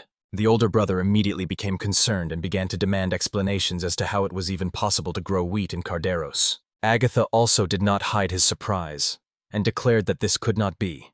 He was sure that Hiro was deceiving them and had simply bought this bread. Hiro calmly replied that it was the power of alchemy. The bread was baked from wheat grown on their land. Meanwhile, Habana bowed to the girl and led her out of the hall. Hiro explained to the brothers that the bodies of monsters make excellent fertilizer, and that this grain can withstand cold and disease, ripening in just 3 months. If they don't believe it, let them go to the fields themselves. He added that he was unable to create such a thing through alchemy without nature. Hiro invited the brothers to taste the bread, promising that there was nothing extra in it, just wheat. Takuma and Agatha, although with trepidation, decided to try. Takumu broke off a piece first and took a careful bite. Steam immediately rose from the loaf. The bread was still hot. The boy couldn't help but exclaim that it was incredibly delicious. Takumu shared that he never thought that there could be such bread in their kingdom. Hiro emphasized that it is not only easy to grow, but also a real taste that gives people hope. Agatha tasted it next and admitted that this bread was much tastier than the one he had eaten in foreign countries. Both brothers were amazed. Alchemy could really change people's lives. Hiro said that alchemy not only makes life richer, and asked Habana to give Takuma the sword. The girl agreed, but then asked him to return the blade to its owner. Takumu raised his sword and his face immediately changed. He was shocked. He asked Hiro, because this blade had no miasma in it. Its power was in no way comparable to their swords. Hiro replied that he had heard exactly what he had expected. Takumu understood everything at a glance. The boy reminded his brothers that it was thanks to alchemy that he was able to do all this.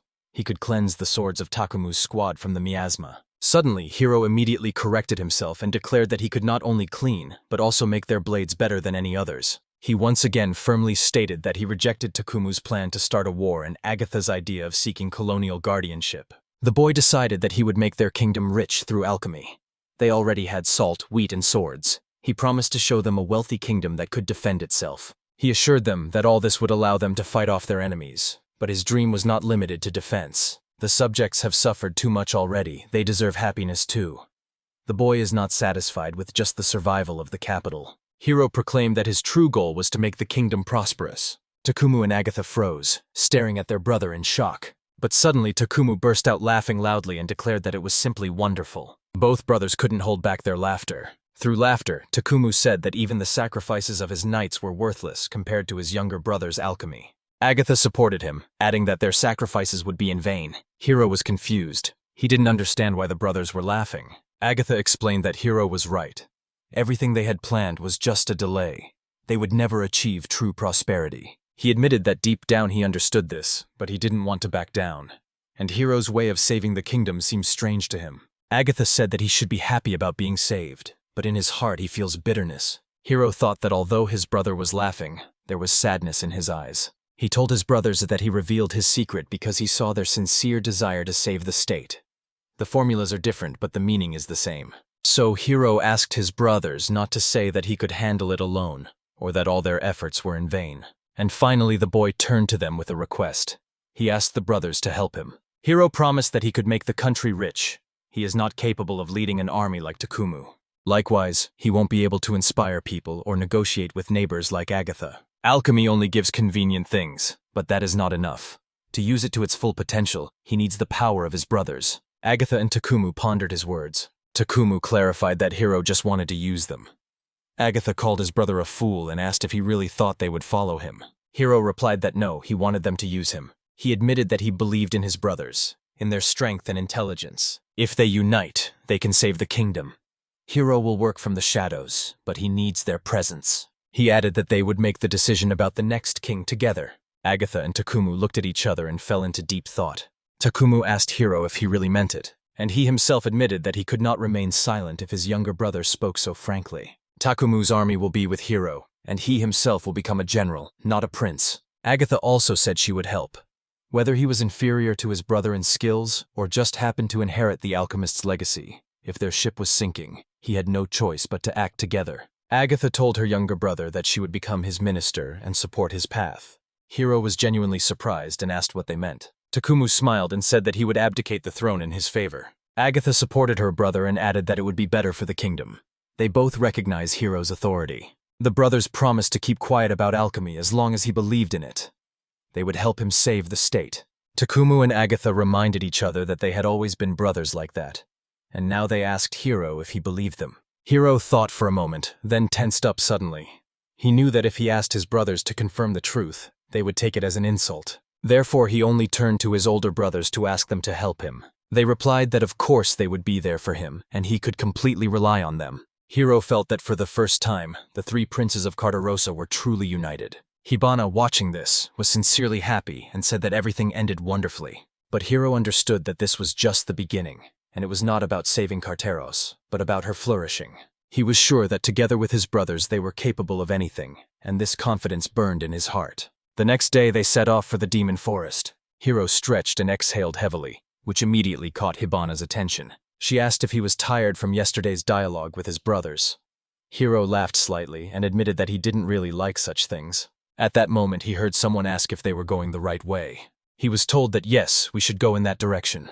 One of the guards, after consulting the map, said that there were only 50 meters left and they would be able to finish the work.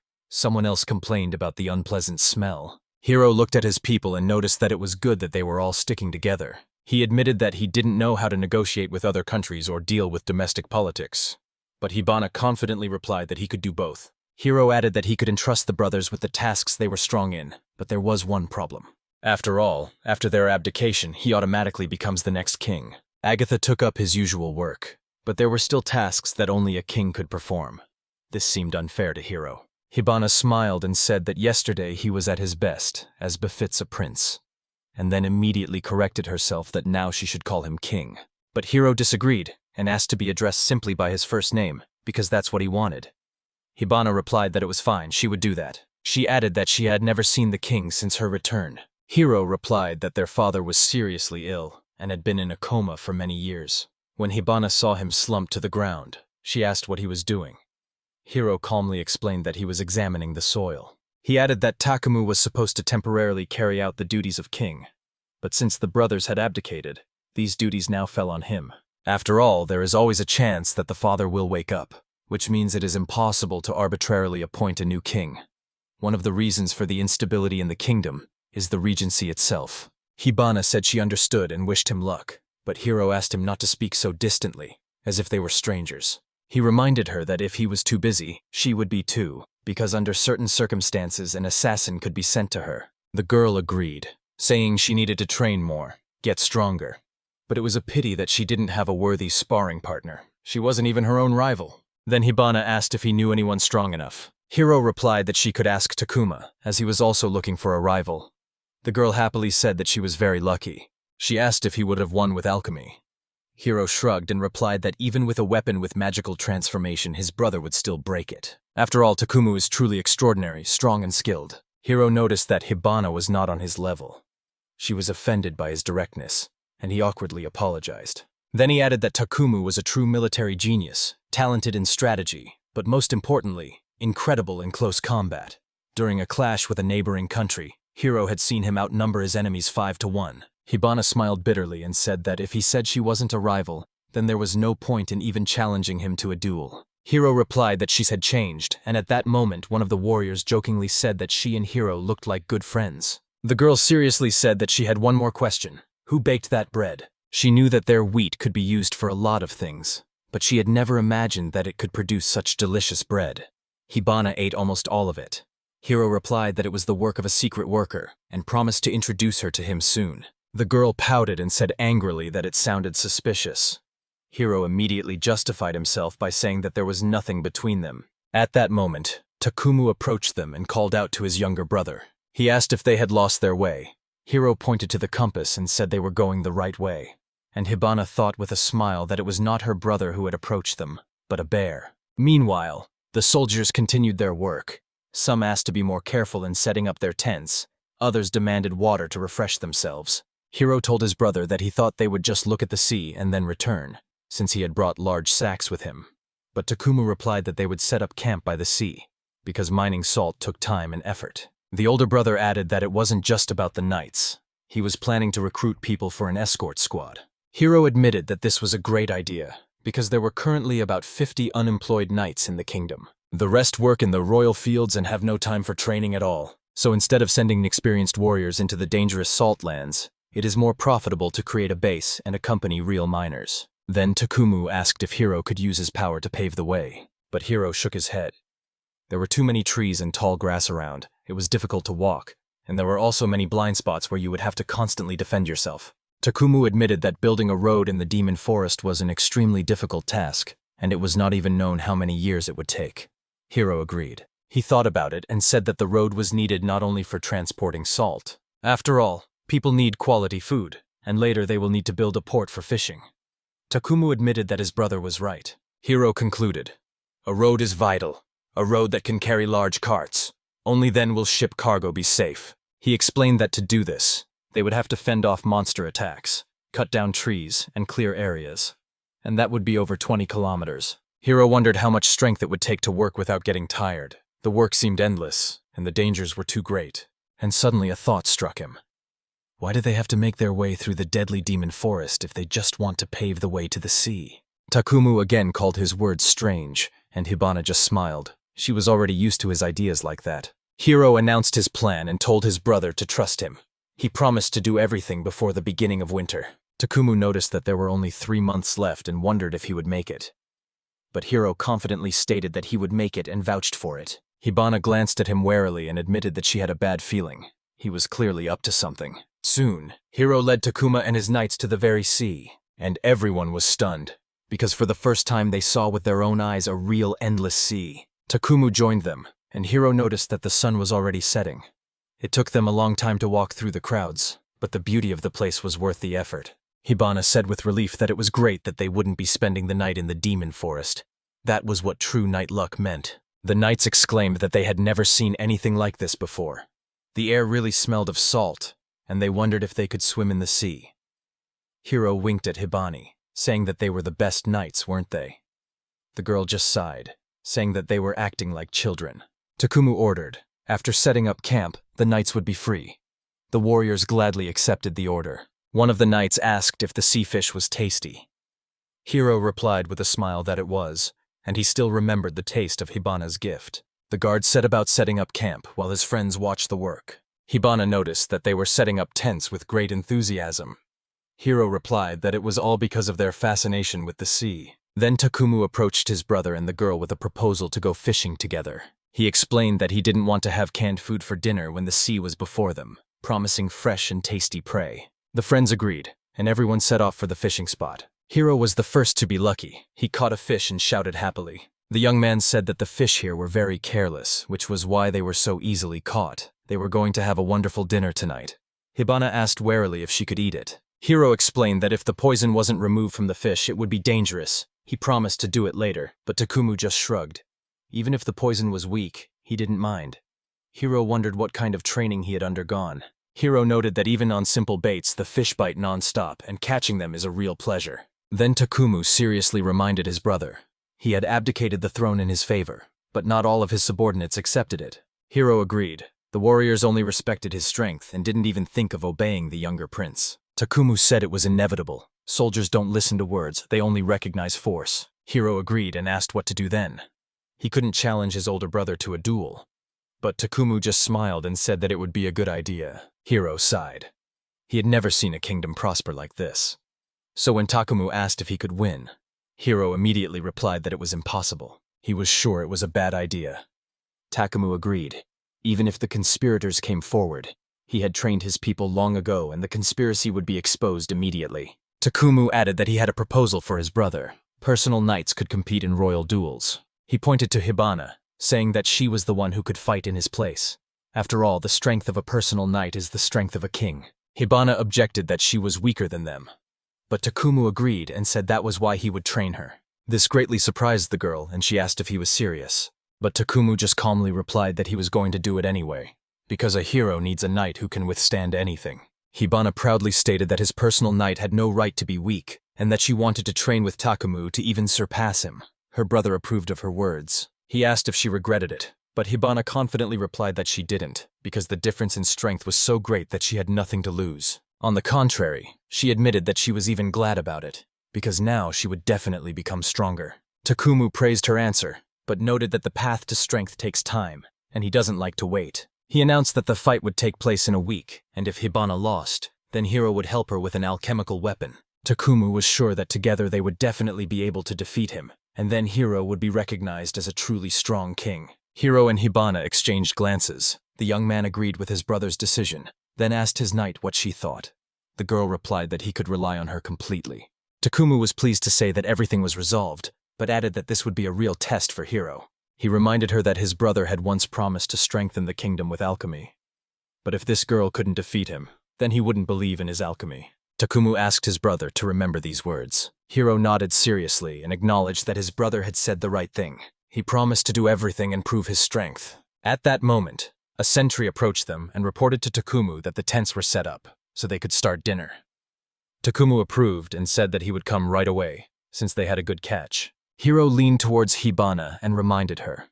He had already said that she only needed to hold out against her brother for 3 minutes. They simply had no other chance of winning. All they could do was buy time. The girl agreed.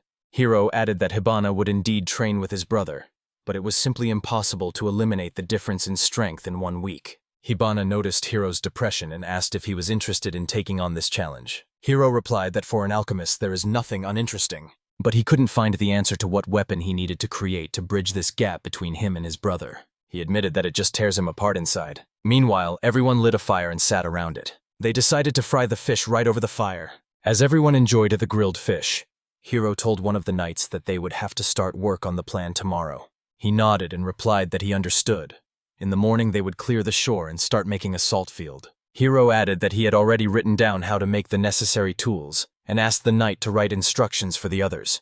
He warned that he and Takumu would not be around tomorrow, and apologized for leaving them alone. Inside, he felt a certain distance between himself and his older brother's warriors. Habana handed him the fish and asked if he really wanted to use that pool.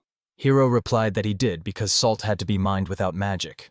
Even ordinary people should be able to do it on their own.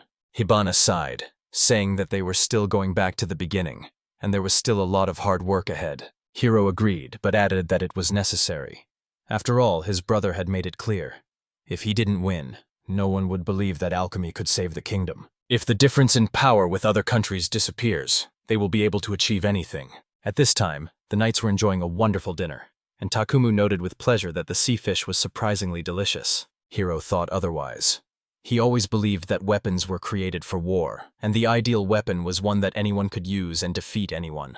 After all, it was previously believed that a wealthy country would definitely attract attackers, so they should prepare truly powerful weapons. His tactics were clear. First weaken the enemy, and then Takumu, together with the knights, would deliver the final blow. Habana sincerely said that she was grateful to him for creating such a weapon, but she wanted to defeat her brother only with her own strength. Hiro smiled and replied that he also wanted her to surpass his brother. The guy said that a fight wasn't necessary. The main thing was that after him she would continue training and one day surpass him. Habana promised that she would do so.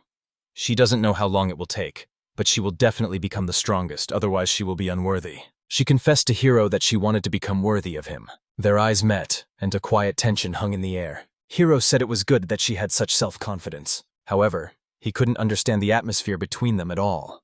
Then Habana asked him what idea he had come up with. Hiro replied that he wanted to build a road between the sea and the kingdom. The girl reminded him that there were only 3 months left, and that seemed impossible. Hiro firmly said he could do it. He never says something he can't do. Habana agreed, adding that they needed a clear plan. For now, she would focus on training and weapon making, which should be completed this week. Hiro objected that he would finish the road plan tomorrow, then start construction, and while he was at it, he would think about her weapons. This surprised the girl, and she asked what he meant. Hiro explained. During the day, he would work on the road, and at the same time think about the weapon, and in the evening he would make a prototype and train it. Habana said he was extremely smart.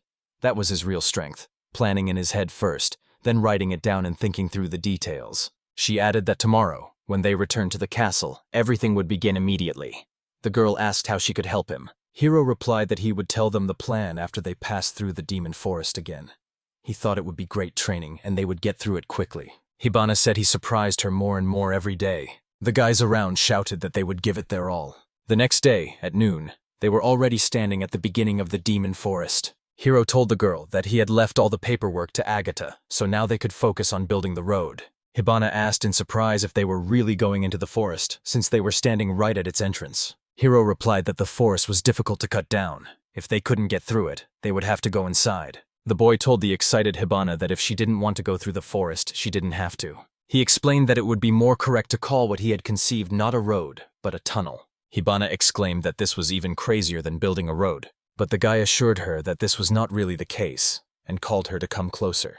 Hiro explained that alchemy is the manipulation of matter, sand, and earth, which combine beautifully.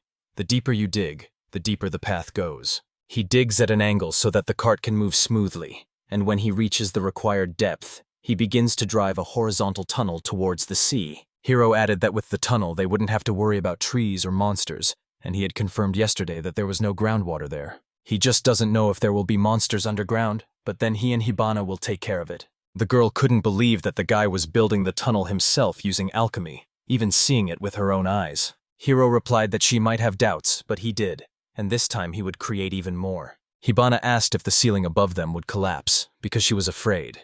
The boy explained that the walls were very solid due to the alchemical compression of the earth. It's even stronger than brick, impervious to water, so nothing will fall in. Habana decided to check and was convinced that the wall was incredibly solid. Hiro said that when the tunnel is completed, everyone will be able to walk safely from the city to the sea, obtaining not only salt, but also fish. Due to overfishing, fish in the lake near the kingdom are almost impossible to catch. But if you fish in the sea, the food will be more diverse and the people will be happier. Habana admitted that she was looking forward to that day, and noticed that Hiro looked genuinely happy. She noted that building required a huge expenditure of magic. If she had done it, she would have fainted long ago. Hiro replied that he was born that way, but it was not easy for him either. He looked at his plan and said that the tunnel had to accommodate a cart with 2 horses, so the minimum width was 8 meters and the height was almost 4. This would require enormous strength. Habana said she wanted to help but didn't know exactly how. Hiro replied that she needed to clear the ground of rocks, as there was a limit to the compression, and he wanted to avoid the accumulation of excess rock. Habana nodded, saying she understood. Such hard work was just right for her. Hiro said that in order not to exhaust himself to death before the evening training, Habana could work without too much strain, but the girl said she didn't agree and would do her best. Hiro thought she was a real training fanatic. Habana said she wanted to become stronger, and this job was just another workout for her. Hiro understood her, but asked her to be careful because if she got sick, he would have to replace her. The girl said that it all depended on her strength, and wondered how much of it would be enough. So they began active work on the construction of the tunnel. Hiro paved the way with alchemy, while Habana cleared the earth and stones. Time passed, and the boy stopped, admitting that he was very tired. He decided to finish the work for today, because if they continued, they wouldn't have the energy for the evening's chores. Hiro estimated that they had already walked 600 meters, more than he had expected. Habana said it was wonderful, even though she was already exhausted. Hiro thanked her sincerely, because thanks to her help, he could fully concentrate on the tunnel. He didn't even realize how many times she ran back and forth. Suddenly, Habana noticed something strange and pointed it out to the boy. She said that she gets terribly tired after a day of earth moving. At first she ran 200 meters at a time, but now she covers over 40,000 meters. Hiro replied that she had noticed correctly. The further they dug, the longer the road to carry the dirt. It was better to dump it near the entrance. Habana smiled and noted that it was excellent strength and endurance training. At their pace, they could finish in a month, even though they have 3. That's a great result.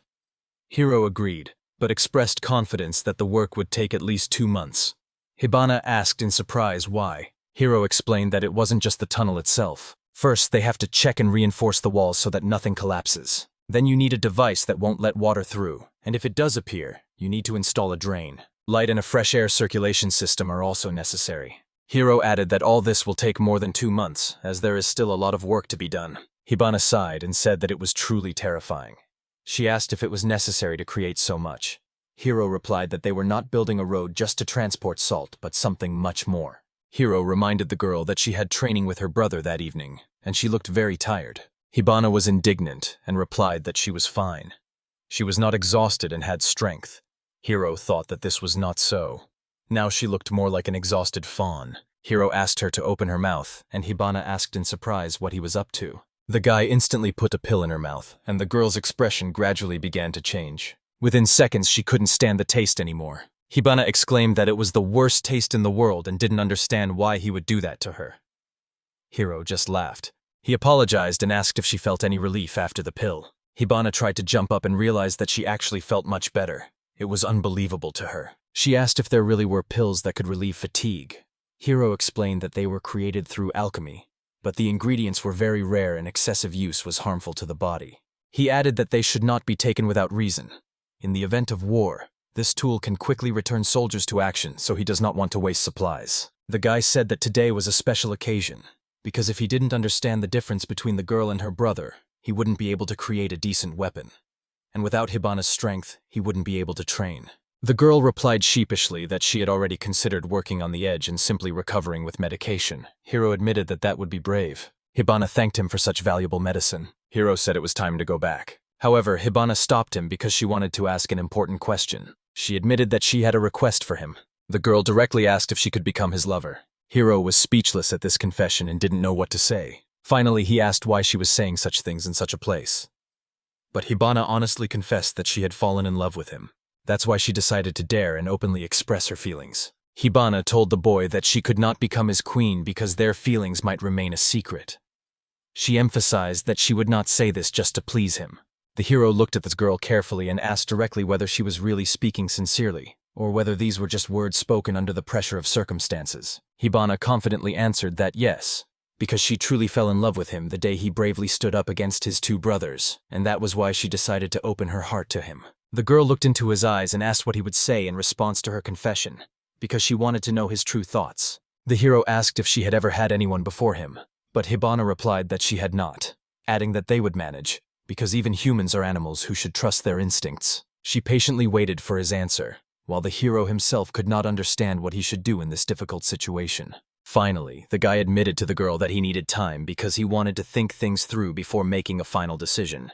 Habana smiled and said that she would wait for his answer, because patience was one of the most important virtues of a true swordsman. They headed for the exit, while the hero wondered why Habana had confessed her feelings so suddenly. He thought that marriages in royal families were just a means of strengthening alliances, and it was unlikely that anyone would want to tie their fate with a country as poor as theirs. The hero thought that Habana was so strong, beautiful, and intelligent that there was always something to talk about with her, and her presence brought him peace. The guy decided that tomorrow they should get to know each other better in order to understand their true feelings. Meanwhile, Habana and the hero headed to Takumu's training ground to test their strength. When they entered the arena, all the warriors immediately turned their attention to them, as if sensing the arrival of someone special. Despite the surprised and even stern looks, Habana greeted everyone present warmly and sincerely. She explained to the hero that the faces of these people seemed stern, but there was no hatred in them.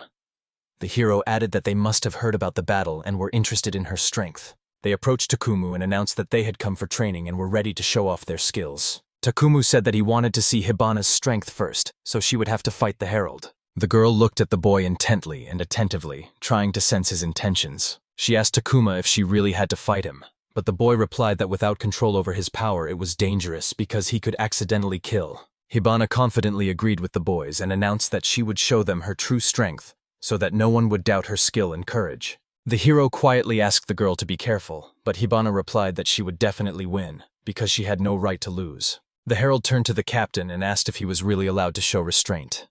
Takuma confirmed, knowing full well what this girl was capable of. Looking at the hero, Takumu added that he was no longer interested in her, leaving an impression of cold detachment. Meanwhile, Harold and Habana prepared for battle, bracing themselves for a serious test of their strength. The girl asked her opponent about the rules. The herald explained that they would fight with wooden swords, and the fight would last until the first successful blow. After that, he asked Habana what she thought, and the girl calmly replied that she was fine with everything.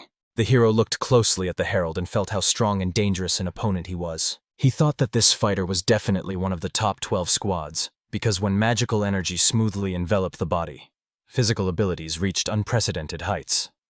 Takumu confirmed that both were ready and ordered them to prepare. Harold and Habana focused, finally preparing for the duel. Takumu's loud shout of starting the fight caused them both to rush towards each other. Habana struck first, but Harold had time to draw his sword and defend himself. The girl began to move rapidly around Harold, and he did not have time to keep track of her lightning-fast steps. It was so fast that Harold didn't know where the next blow would come from. Takumu noted out loud that Habana has excellent footwork and incredible speed, while Harold is merely defensive. The hero supported the girl, saying that she was doing great, circling around her opponent and taking an advantageous position for an attack. However, Harold also began to actively attack, trying to break her pace. However, Habana withstood the onslaught, skillfully parrying the blows. She just needed to find the moment for a decisive attack. They began to exchange blows, but each time they managed to dodge, as if dancing to a deadly rhythm. The other warriors watched the fight closely and supported both, wondering how well Habana was doing against such a strong opponent. The hero noticed that the herald was not inferior to Habana in speed, and her tactics looked exhausting, especially this last blow, which was surprisingly difficult. Suddenly, the herald shouted loudly to the girl that she had fallen into his trap. He tried to deliver a decisive blow, but he never succeeded in carrying out his plan. Habana jumped aside in time so Harold couldn't reach her and missed. This angered him even more, because the cunning plan turned out to be useless. Habana decided to take advantage of his hesitation and delivered a lightning-fast blow to the back. Harold cried out in pain and fell back, losing his balance. Falling to the ground, he heard Habana's confident words about her victory, but replied that she was truly strong. They thanked each other for the fight, and Takumu noted that both of them had shown an excellent result. He added that according to his observations, Habana's power was special, but she didn't like such words, and she immediately wondered what he meant. Takumu asked the girl to lend him her sword, and Habana handed him the weapon without hesitation. Then he took out his own sword and handed it to his younger brother, ordering him to hold the blade firmly in front of him. The hero agreed, but still asked in surprise why he had been given this sword.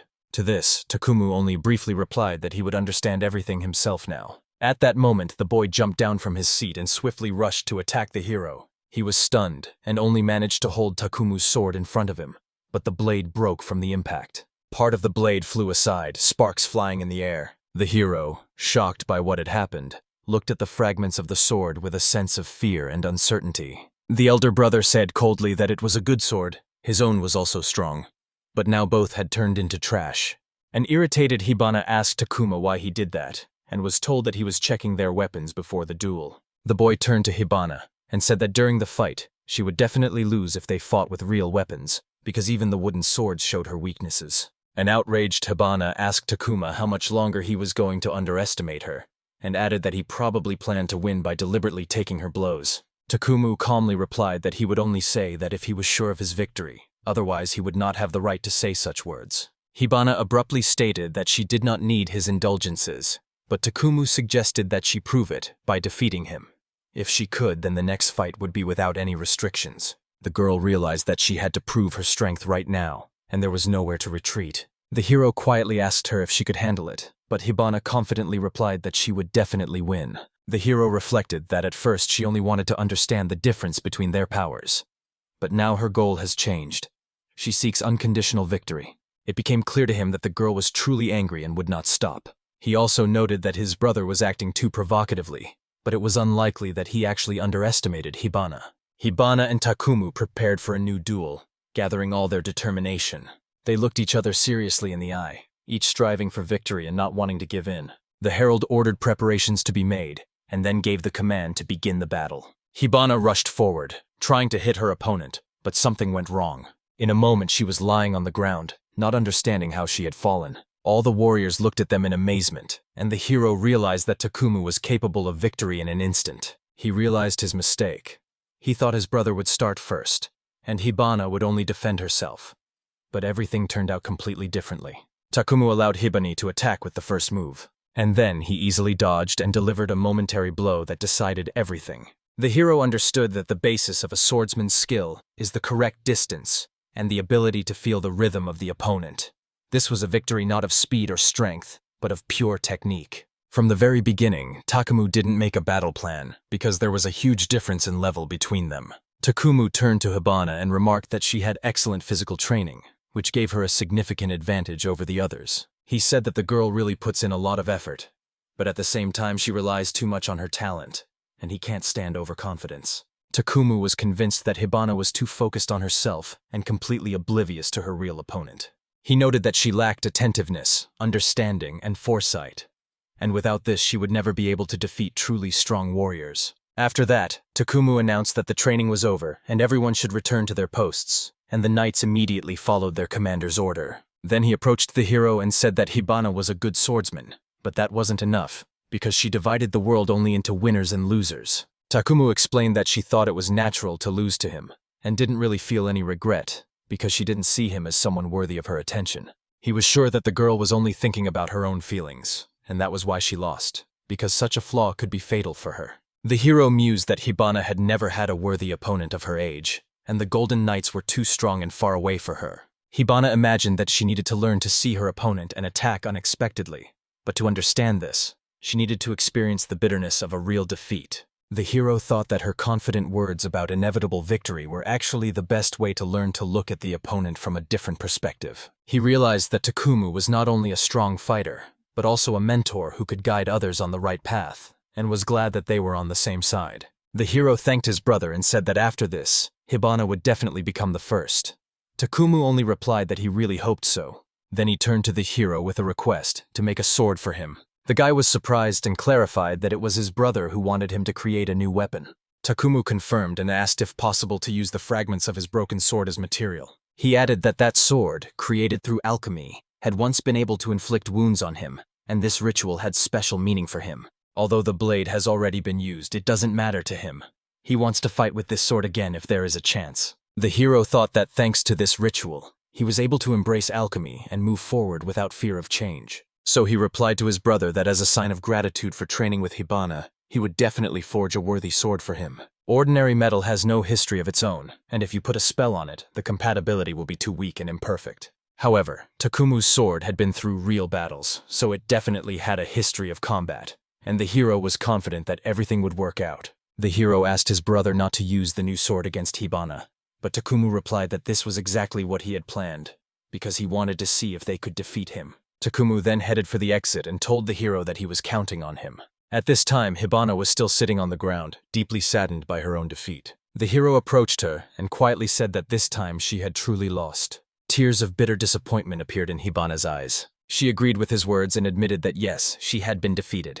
She had lost before, but this was the first time it was so humiliating and painful. The hero replied that now they needed to get rid of this burden of resentment. Habana said she would become stronger and not be so clumsy anymore, and the hero confirmed that he believed in her. He reached out his hand and called the girl to go home, because after this fight he realized what exactly she needed to win, and he wanted to help her with it. The girl took his hand and agreed to go with him. Habana admitted that she felt the difference between them again. No matter how much she trained, she couldn't catch up with him in 1 week, and right now she desperately needed his strength. The hero thought that this showed that she was looking forward and ready to develop. He was sure that she didn't need empty words of comfort, so he decided to go about his business in silence. They held hands tightly, and the hero said that together they would definitely defeat brother Takuma.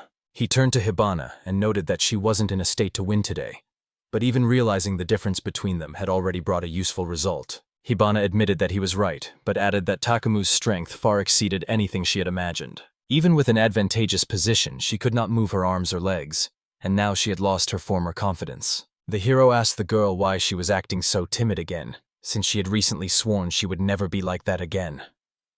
He assumed that she had simply lied, to which Habana was offended, and replied that he was bad because he only said unpleasant things. She stubbornly declared that she would definitely catch up with him, although she understood perfectly well that it was completely unrealistic to beat him in 1 week. No matter how many swords the hero created for Habana, she still wouldn't be able to even come close to his level of skill, and the girl was at a loss as to what to do next. The hero replied that they had only one way left, to improve everything else except the sword. He explained that the lightness, sharpness, strength, and destructive power of her blade are rated at about 4, and the basis of her sword is precisely lightness and sharpness. It is impossible to make it any lighter, and the sharpness in it is already quite sufficient. The guy noted that Habana's fighting style already has stamina and strength, so there's no point in improving it. So he decided to create armor for her that would enhance her reflexes and improve her dynamic vision. The shocked girl asked if all this would be in her armor.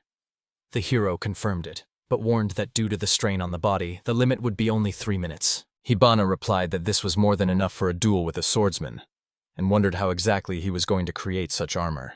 The hero said he would use the power of electricity. The surprised girl asked him what it was and if he could explain to her what electricity meant. The guy realized that it would be faster to show this in practice than to explain it in words. Habana cautiously assumed that it was something indecent, which made the hero laugh. He thought for a while and decided that he really needed to act, and at that moment the girl became even more convinced that it was something intimate. She even asked him not to be shy and do whatever he wanted, and the hero, confused by her words, replied that he just wanted to show her. He took her hand, and the girl immediately felt a slight electric shock run through her body. The hero laughed at her reaction, and Habana asked what was funny. He replied that she was being extremely nice, and the girl again said that she let him do whatever he wanted. Then she asked if this was electricity. The hero explained that yes, there are nerves in the human body, and an electric current flows through them, thanks to which the muscles move. He added that if you intentionally pass electricity, the muscles contract involuntarily, and the girl experienced this again from her own experience. Habana said that she didn't like it at all when her hands moved on their own, and cautiously asked the hero if he really wanted to use such a dangerous tool. The hero replied that yes, by controlling electricity directly in the brain, you can enhance dynamic vision and speed up reactions, because the transmission of signals to the muscles will become much faster, and it is on this principle that he is going to create armor. Habana immediately agreed and said she wanted to test the power of electricity during tomorrow's training. She explained that she wanted to get used to the armor and carefully study Prince Takumu's movements, so that she wouldn't repeat her mistakes again. The hero smiled and said that she was burning with enthusiasm again, but it would take 2 days to create the armor, so she would have to wait a while.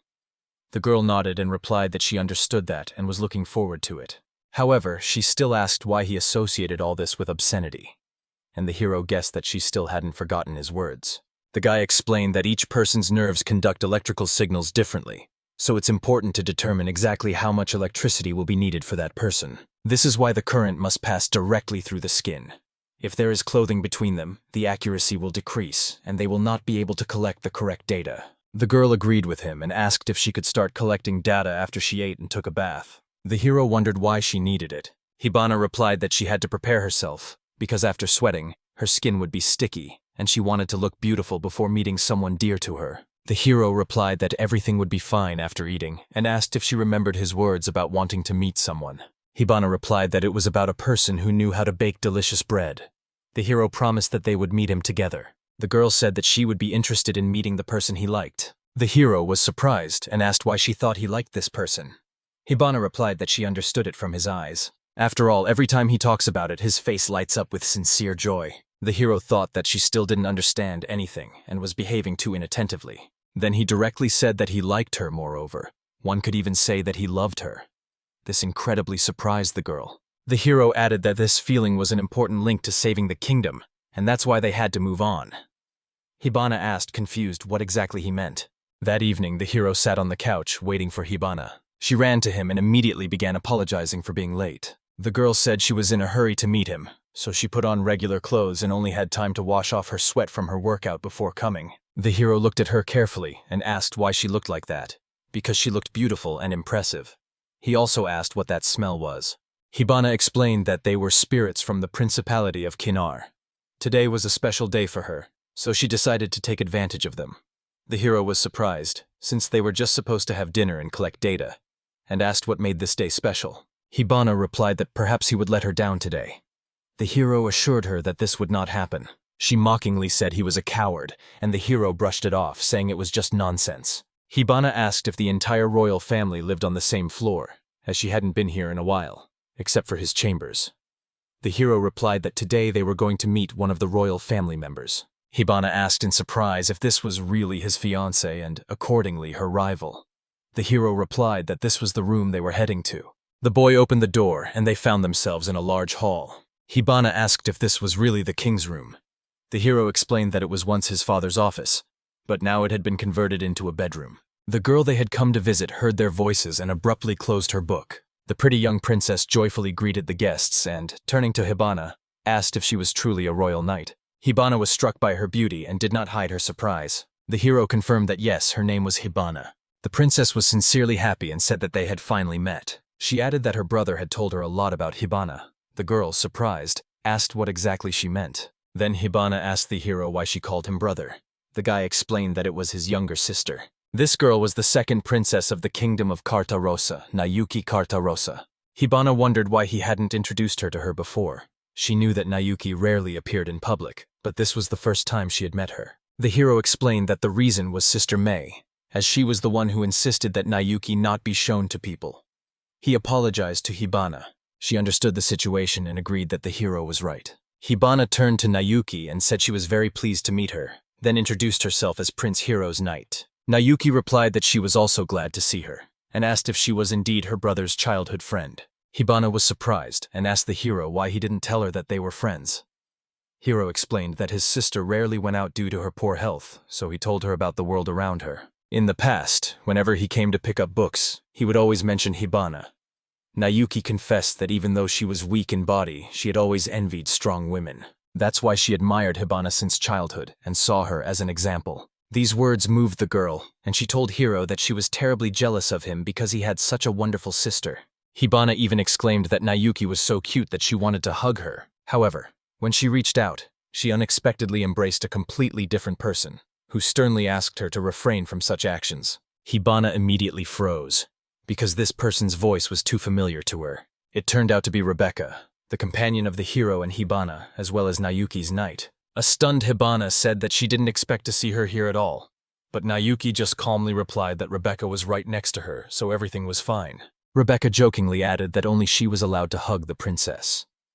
The hero greeted her warmly, thanked her for her help in the past, and apologized for his haste at the time. Rebecca replied that she held no grudge, because it was an order from Princess Nauki herself. However, she mentioned that she would never forget the humiliation of being forced to wear maid clothes. Hibana said that they hadn't seen each other in a while, and was surprised to learn that it was Rebecca who brought them food. She asked why Hibana didn't recognize her then.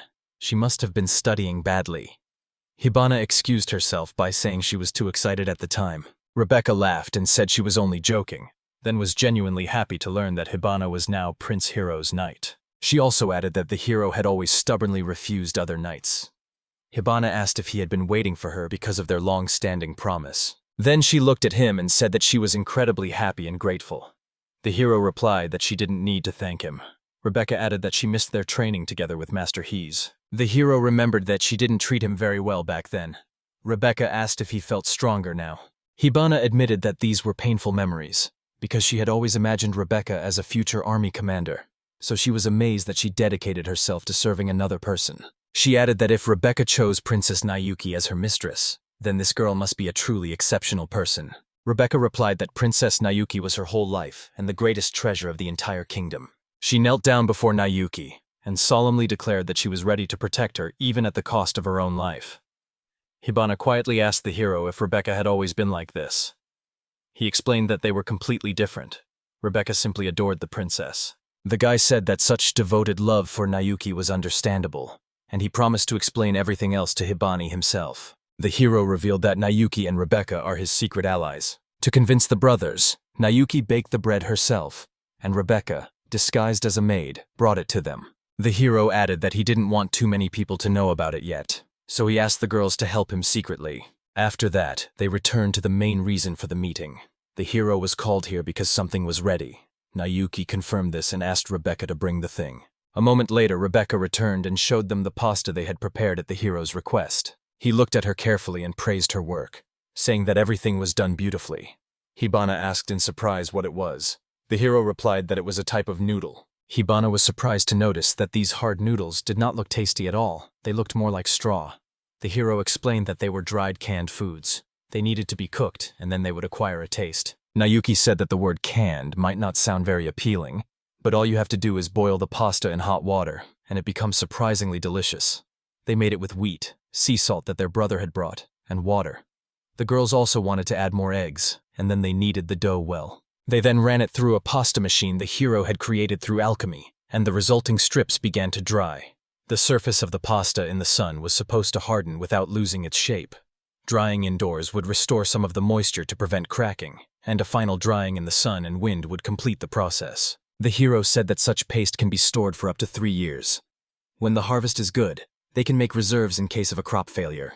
Habana admitted that she had tasted many kinds of noodles in the Duchy of Kanar, but she had never seen one this hard. Rebecca added that she had seen dried bread as a provision, but dried noodles were new to her. The hero asked Nauki if she had tried their dish before.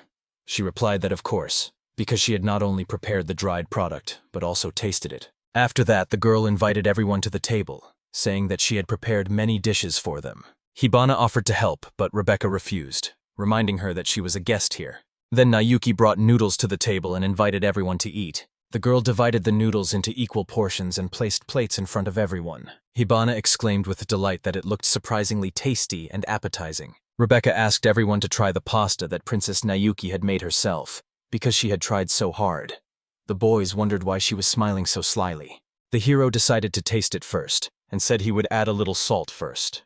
He rolled the noodles on his fork and brought them to his mouth. After tasting it, he was surprised to find the dish incredibly delicious, even better than his own attempts.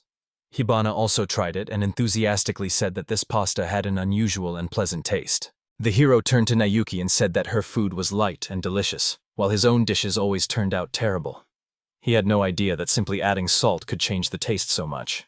Nauki laughed and replied that she had practiced cooking for a long time. The hero added that he was sure that the subjects of the kingdom would definitely love her food. He said with genuine pleasure that after so many failed attempts, they finally had such a delicious dish. Nauki suggested that he try the noodles with the sauce first before praising it. The hero agreed. He decided to start with a white sauce. When he tasted it, his eyes widened and he exclaimed that it was potato sauce.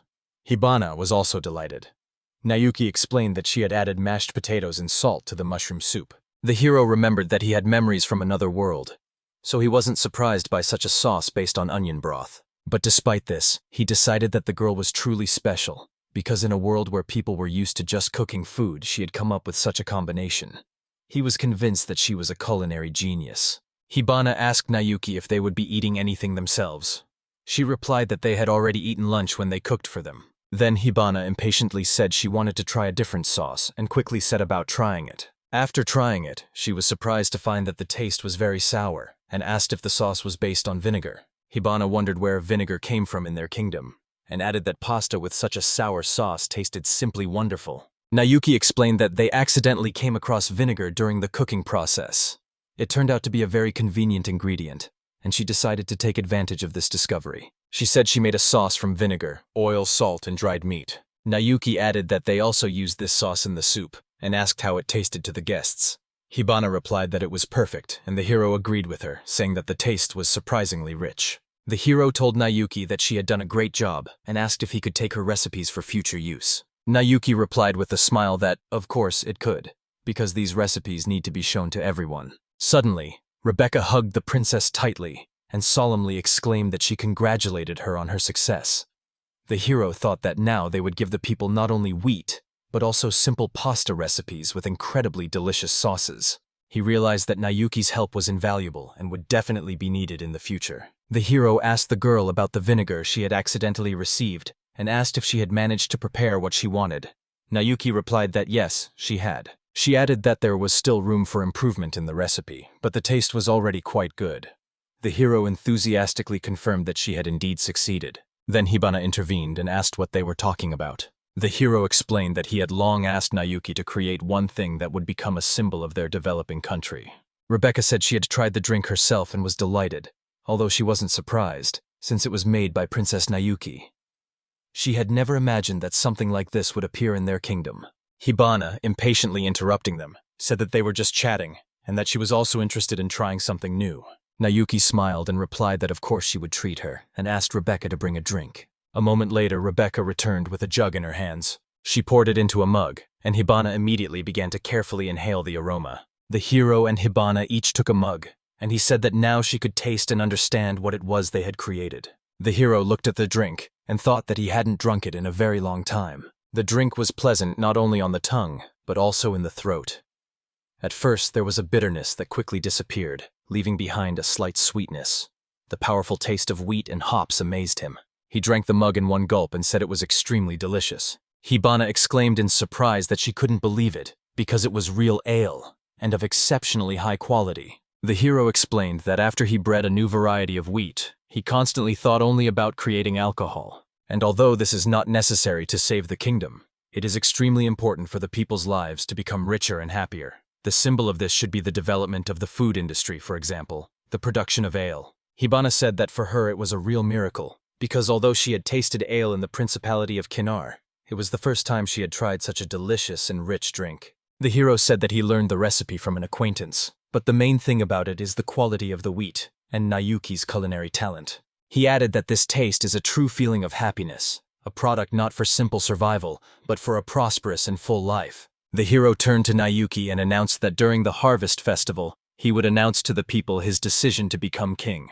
He wants ale to become the symbol of this day, and asked his sister if she could organize everything. Nayuki happily replied that, of course, she would definitely cope with this task. Rebecca hugged the princess tightly again, and said that she would also do her best.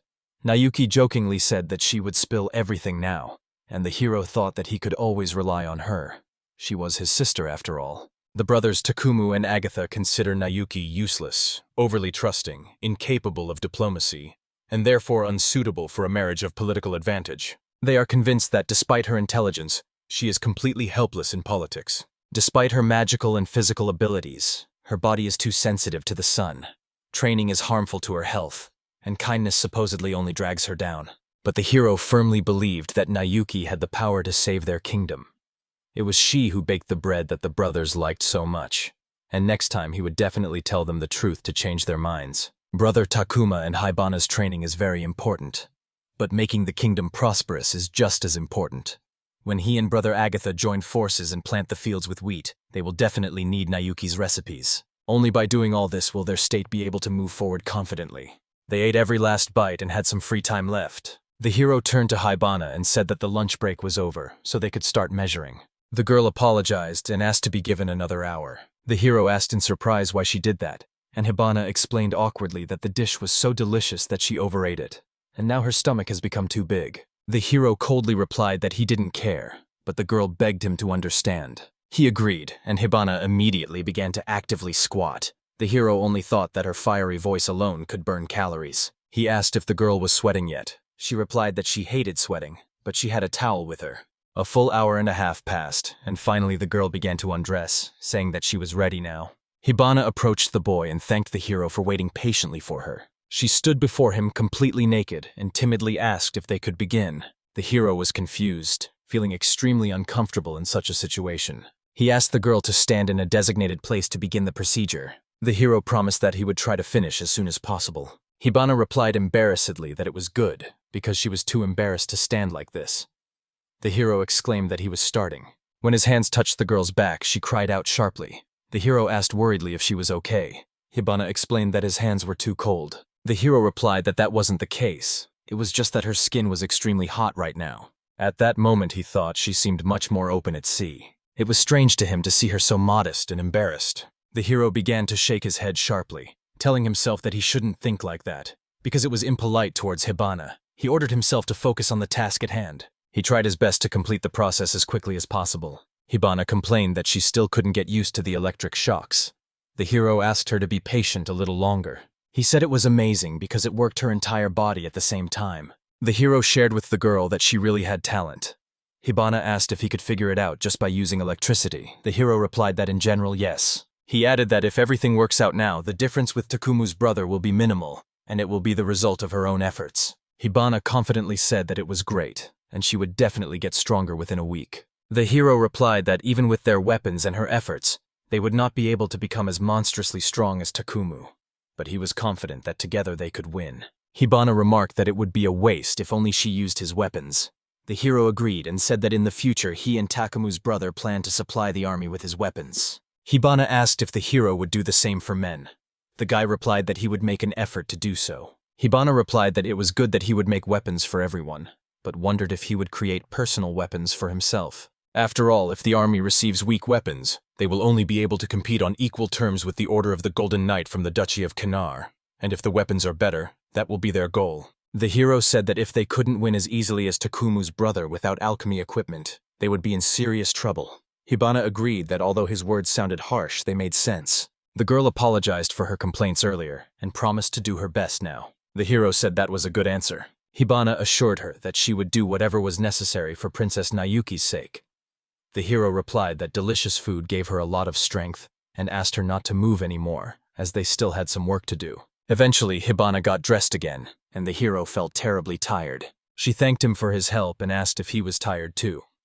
The hero admitted that he was, to some extent. He said that was enough for today and advised her to rest in her room. Habana asked what he would do. The hero replied that he wanted to bring the work to perfection.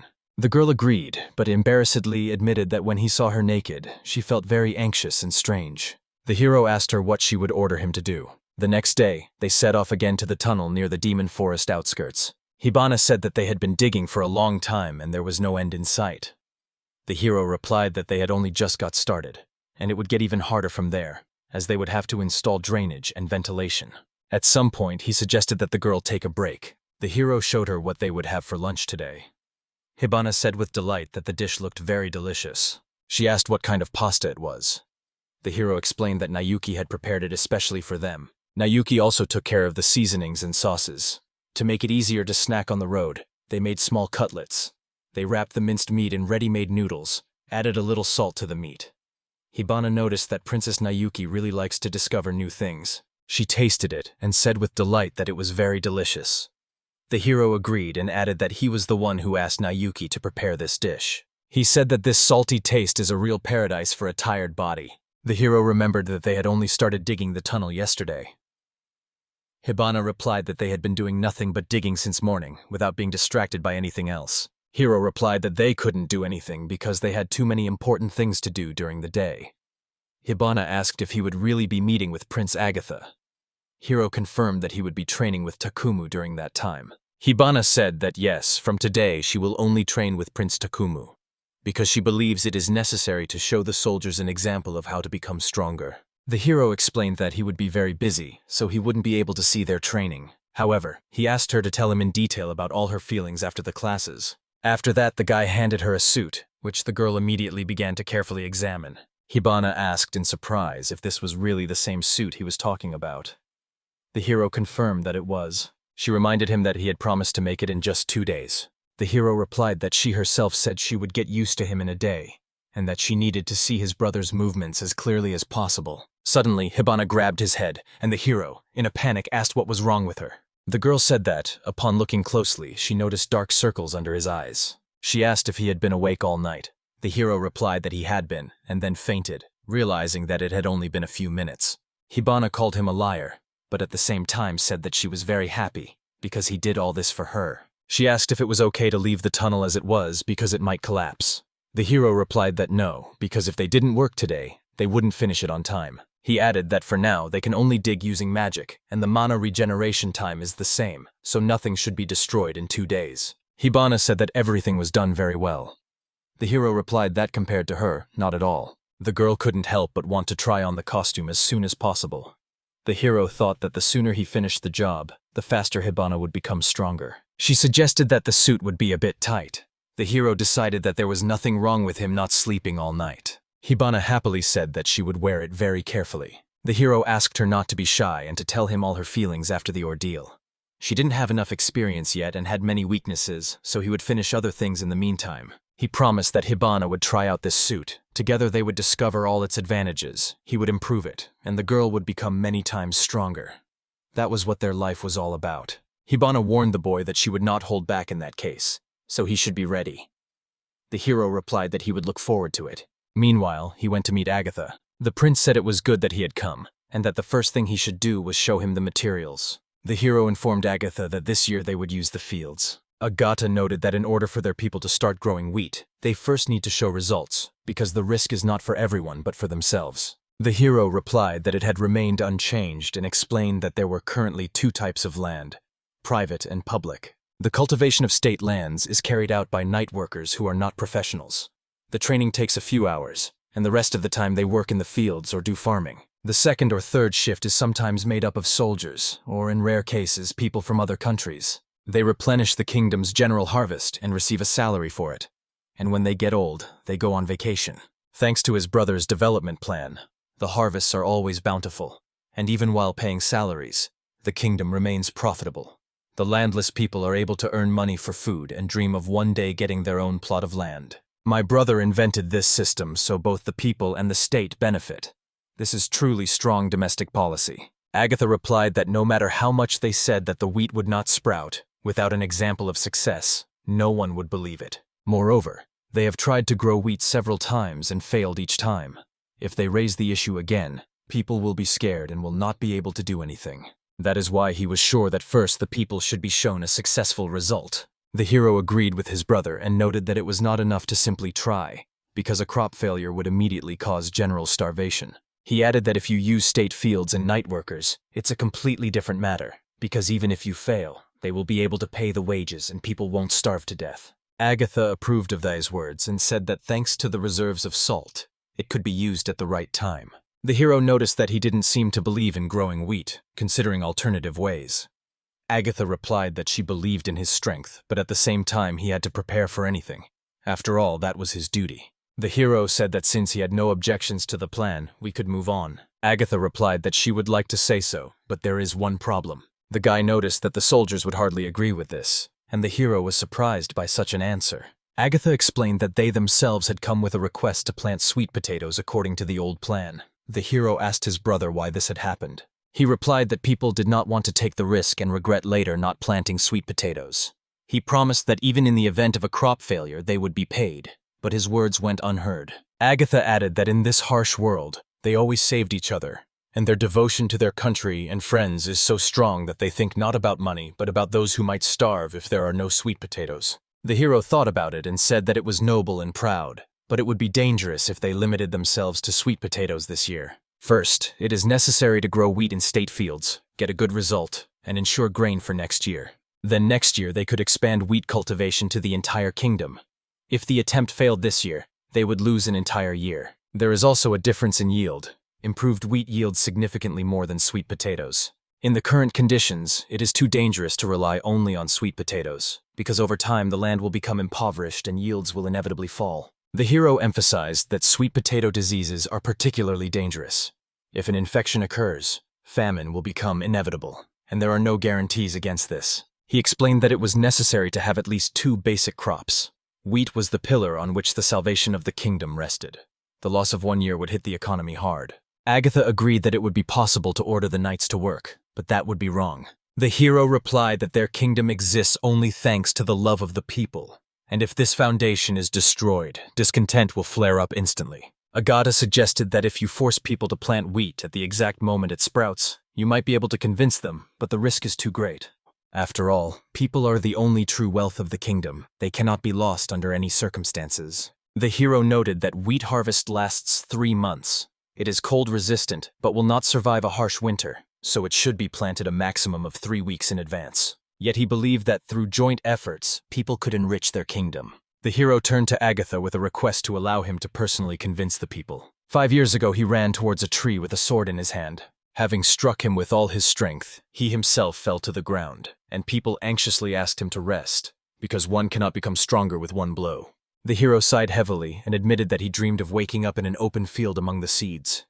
His stomach was rumbling with hunger. They desperately needed money. Suddenly he was handed food and asked to accept it. The guy asked if the hero was resting and offered to treat himself to some potatoes from his mother. Another exclaimed that they were also princes. They knew no exhaustion, and they had one more burst of strength left in them. They started talking about trying to do everything at once. One insisted that the hero take a break, and he thanked them. Together, Agatha and the hero approached the arable land, watching the workers. The hero thought that today's work was finished too early. Agatha asked her younger brother why he hadn't asked more questions. He replied that he didn't want to interfere, and decided to wait until the work was finished. Agatha remarked that it would be possible to summon them to the castle, rather than going to the bale himself. But he added that sincerity was needed, and the hero admitted that his brother's story was indeed convincing. But still, he found it strange that Agatha couldn't convince people. He didn't understand what was going on. The hero decided to try to win them over to his side himself. At this point, one of the men announced that the work was complete, and everyone praised each other for their efforts. The hero approached them and greeted them, and they politely returned his greeting. One reminded the hero that he himself had once said that one should not come alone. The hero admitted that he knew this, and it was not worth doing so. The worker whispered about certain rumors and asked if he could talk about them. The hero laughed awkwardly. Then the man said that they needed new tools, because the days when they could do without them were over. They would be grateful for the help. The hero agreed and said that the new tools were more practical than the old ones. He thought that most of the ore went into making armor. He was disappointed that there was no mine, because without a handle, he had to be content with just the tip of the blade. One of the men asked the hero when they would be able to plant sweet potatoes. The hero looked at Agatha, who just shrugged. The prince felt that he didn't need adventures. They needed to focus and grow wheat. Then he turned to the people and firmly said that this year they would plant wheat. One of the workers replied dully that they had no other options. Everyone was shocked by the prince's words. People began to think that he had betrayed their trust. The hero admitted that he had been thinking about this for a long time and asked to listen to him carefully. He wanted them to consider growing green onions and wheat. The young man abruptly interrupted their muttering and ordered them to look at the grain he had brought. With special fertilizer this time, it will definitely sprout. Wheat is more reliable than sweet potatoes. The probability of failure is minimal. If everything works out, the harvest will be ready before winter. People looked in surprise at the strange grain he showed. One of them exclaimed that it was too small. It wouldn't even be good for food, as if it were feeding mosquitoes. The same person added that even the prince lies, constantly talking about some maybe, and if everything goes according to plan. He asked the hero if he knew what happens when famine comes. The young man couldn't stand it and shouted that winter might come early this year. If they didn't do strange things, they would survive the season anyway. He didn't understand why the hero was taking the risk. Agatha just silently listened and watched the people. The hero thought that Seema wasn't so bad, but he was still wrong to think that sweet potato was the only way out. Although he is stubborn, he can be convinced. Seema was one of the few people the hero trusted, because talking to others could get him into trouble. The hero said he was ready to answer his question, and turned to Seema, asking why he thought he wanted to grow wheat. He replied sharply to enrich the crown. Seema added that this was the same idea that was driving him. The hero objected and said that sweet potatoes should not be planted in any case. He argued that the yield of this wheat was higher than that of sweet potatoes, and that leaving everything as it was would mean dooming the country to decline. The hero feared this more than anything else. He bowed his head before Seema and asked her to trust him. This surprised the people immensely, and they directly asked the prince why he was doing this at all. The hero thought that his request might not be what they needed right now. However, he continued the negotiations, even if he himself did not want to. All his words about wanting to help and do something meant only one thing. He considered these people his like-minded people. The hero did not want to deceive their feelings, because they are friends to him. Suddenly, Seema stopped him, ordering him not to press any further. He advised Hera to grow up, and declared that he didn't understand why he was even talking about wheat. Seema recalled that his father and grandfather also once grew wheat, until they realized that it was a futile endeavor. The hero confidently assured him that now there would be no more such failures. Samuel looked very tense. He exclaimed sharply, "Okay, so be it. If the prince himself says it, then he is ready to believe it." Seema agreed to grow wheat and asked the hero to raise his head, because he looked depressed, although no one was going to beat him here. The hero raised his head and sincerely thanked Seema for her support. He replied that even recently he would have found it disgusting. At that moment, people began to ask others what they thought of such words. The peasants began to protest, declaring that they were not going to sow wheat. They were certain that the prince was delusional and knew nothing about agriculture. Some shouted that the royal family doesn't know hunger, which is why they advised this. They didn't care what would happen to ordinary people, and they weren't going to give up their fields for experiments. The hero understood that he would not be able to convince them in this way. If he fails this case, he will have no further way forward. Suddenly, Seema couldn't stand it anymore and shouted at the villagers, ordering them to listen carefully. Everyone was startled by his loud exclamation and could not believe such an unexpected turn of events. Seema exclaimed that people were saying in vain that the hero knew nothing about agriculture or the suffering of the common people. He asked them how they could possibly make such statements with such confidence. People covered their ears and said indignantly that he was shouting too loudly. But Seema reminded them who shared the knowledge when the harvest died, and thanks to whom the situation was corrected. The hero thought that he did not have the strength like Takumu's brother, nor the wisdom like Agatha's brother. He was of no use to the country. Seema asked people how they could say that a hero did not know human suffering. He did not have to go through hard times with them, but worked alongside them, gritting his teeth to make the country better. When the hero heard their complaints and offered some way out, they hid their eyes. Seema ordered the knights to look at these iron tools they had. The hero, meanwhile, thought he was powerless. He was just wasting time trying to do something, and in reality, he just wanted to forget about his own helplessness. But Seema reminded him that there were no good doctors in the country, and the hero prince was the only one who treated them all. He remembered how his mother had fallen ill, and the hero had cared for her for 3 days and nights without a break. It was only thanks to him that she was alive and well, and to say that he didn't care about people was nonsense. The hero himself believed that this was just a consolation for himself, because he could do nothing more. But Seema firmly stated that he believed him because he was a hero prince. They all fought together and helped each other. If he says everything will be fine and wheat is better than potatoes, then they can only trust him. People froze and began to ponder Seema's words. At this moment, the hero felt that he had to say something too, but he couldn't find the right words. The feelings overwhelmed him so much that he lost control of himself. The hero realized that this was the first time he had felt something like this. People were confused. Their conscience began to gnaw at them after all of Seema's words. They began to apologize to the third prince of the kingdom. The men said they understood everything, but growing wheat was too unreliable. 5 years ago, one of them had his brother die of starvation, and he himself was on the verge of death. It's a memory he still carries with him.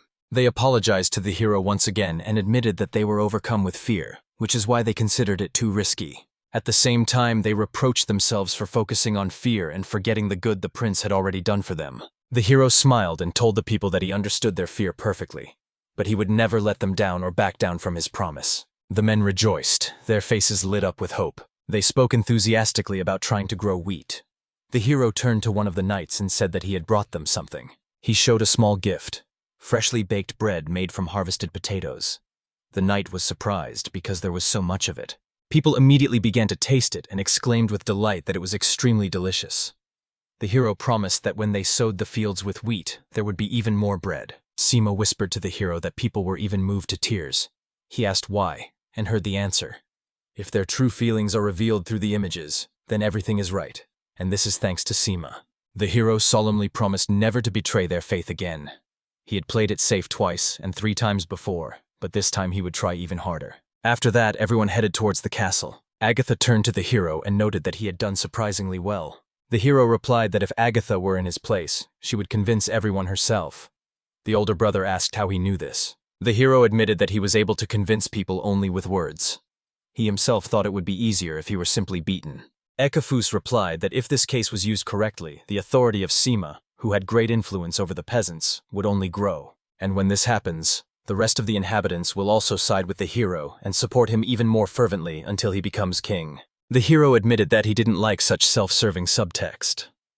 Agatha just shrugged, reminding him that politics always contains such things. He continued and said that the second aspect of this case is even more important. Agatha wanted to hint that something about the character of the hero bothered her. The hero directly asked his brother if he was really afraid of him. Agatha did not refuse and agreed to this. He added that despite this, he is satisfied with what the hero is doing, because he has been helping different people for a long time. But if the hero explained that cold weather sometimes harms wheat, but it can grow well even in low temperatures, people realized that the prince really knows everything. Sama reminded the hero that it was time for him to return to the castle. The hero replied with a sad smile that he was living in complete chaos now, yet inside he felt that a sense of completion had emerged in his life. The tunnel was gradually being completed.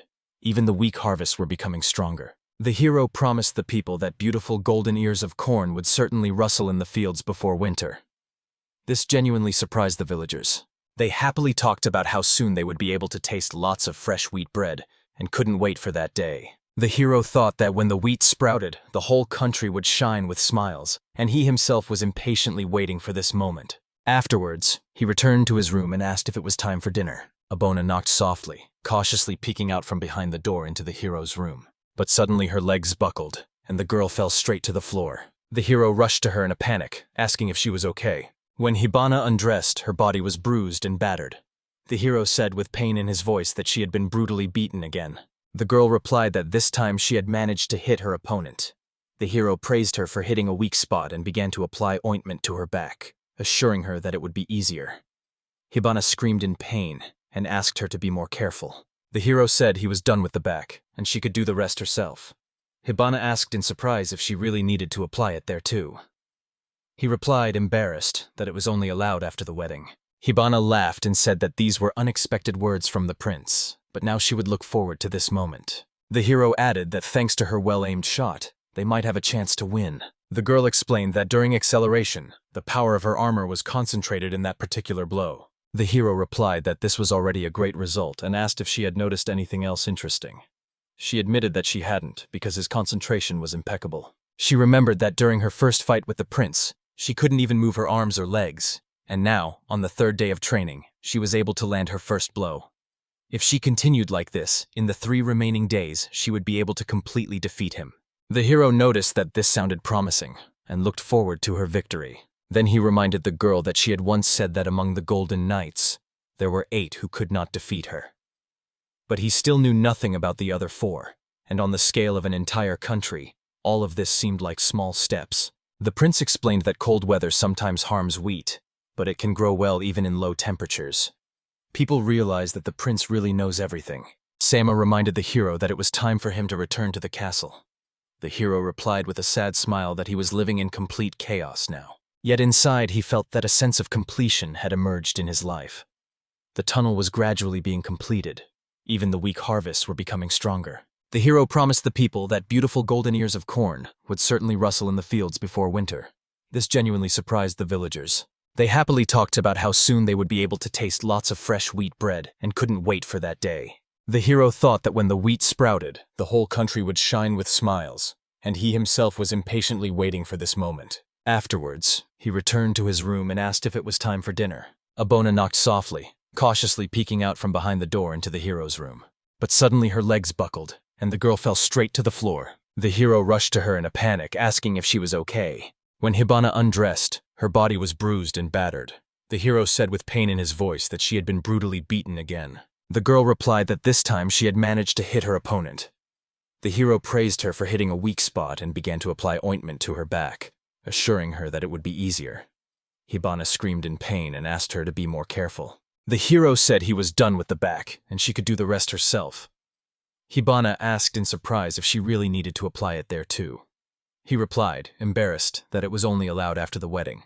Habana laughed and said that these were unexpected words from the prince, but now she would look forward to this moment. The hero added that thanks to her well-aimed shot, they might have a chance to win. The girl explained that during acceleration, the power of her armor was concentrated in that particular blow. The hero replied that this was already a great result, and asked if she had noticed anything else interesting. She admitted that she hadn't, because his concentration was impeccable. She remembered that during her first fight with the prince, she couldn't even move her arms or legs, and now, on the 3rd day of training, she was able to land her first blow. If she continued like this, in the 3 remaining days she would be able to completely defeat him. The hero noticed that this sounded promising, and looked forward to her victory. Then he reminded the girl that she had once said that there were 8 of the Golden Knights who had failed to defeat her, but he still knew nothing about the other 4. Habana replied that her strength was almost equal to that of the Golden Knights. Although there were as many of them as there were sacred swords, only 8 warriors really stood out among the rest. She added that if the hero had his own sword, he too could have won. She was sure of that. The hero thoughtfully noted that even among the Golden Knights there was a division into ranks.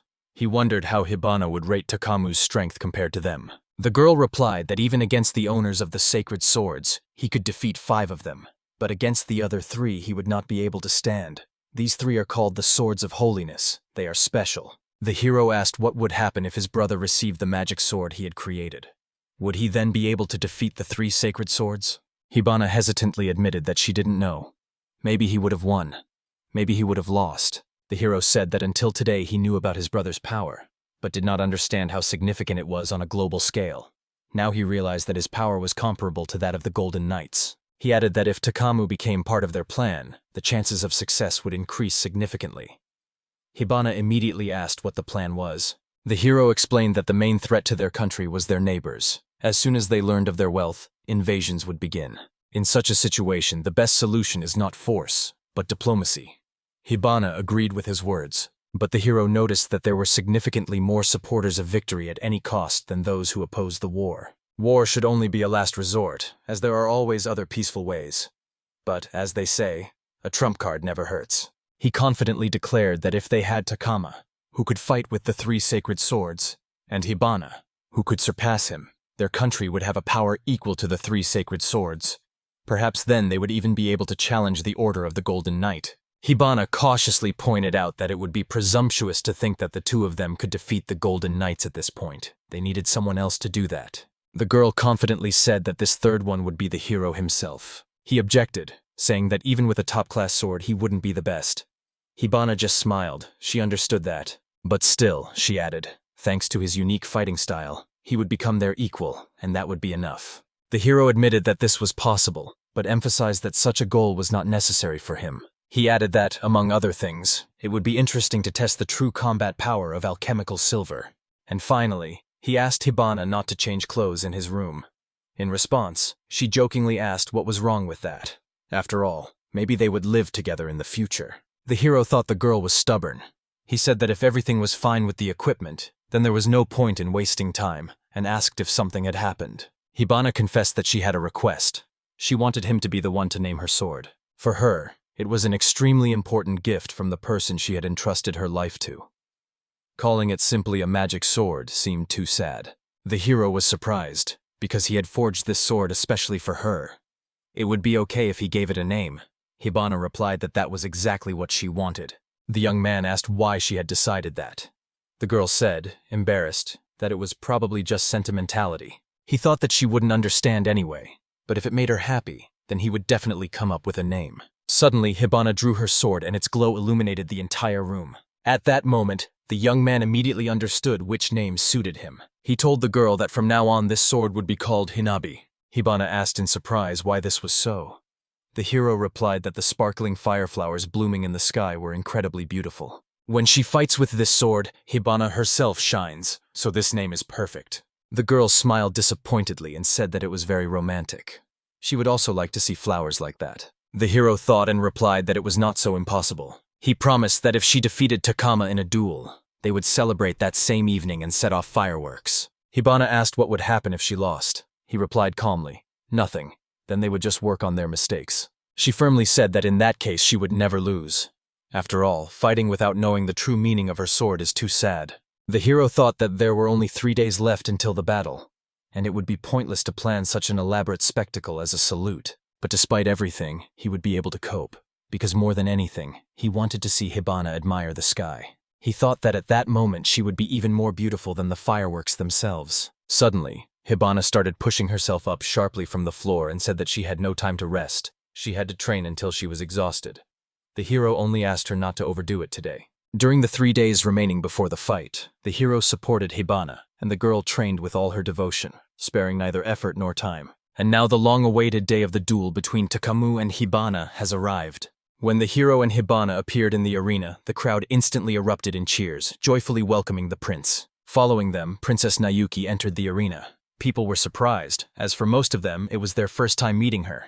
Hearing the shouts addressed to the princess, Rebecca reacted sharply and hostilely, while the hero, looking at Nauki, noted that she looked completely calm. They approached Takumu, who was already waiting for them in the center of the arena, radiating confidence. The hero remembered the day when Habana and Takumu first met in battle, but today he was convinced that their chances were finally equal. Agatha entered the arena and solemnly announced that she would witness the duel between Takumu and the hero. But the hero firmly declared that his knight Habana would fight in his place in this duel. This was supposed to be a serious fight with real swords, where the only condition for victory is an accurate strike with the weapon. The loser had to renounce his right to inheritance, as the second prince of the kingdom, Agatha, had already renounced his title. Thus, the winner automatically became the next king.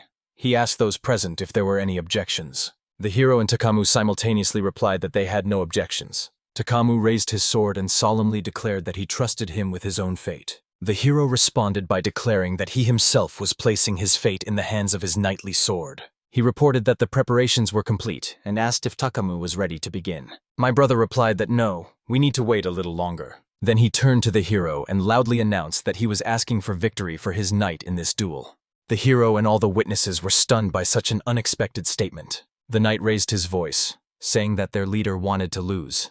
The people immediately began to suspect a conspiracy. But Takumu explained to them not to be misled. He was not going to give up. He appealed to the hero, urging him to prove his beliefs in battle.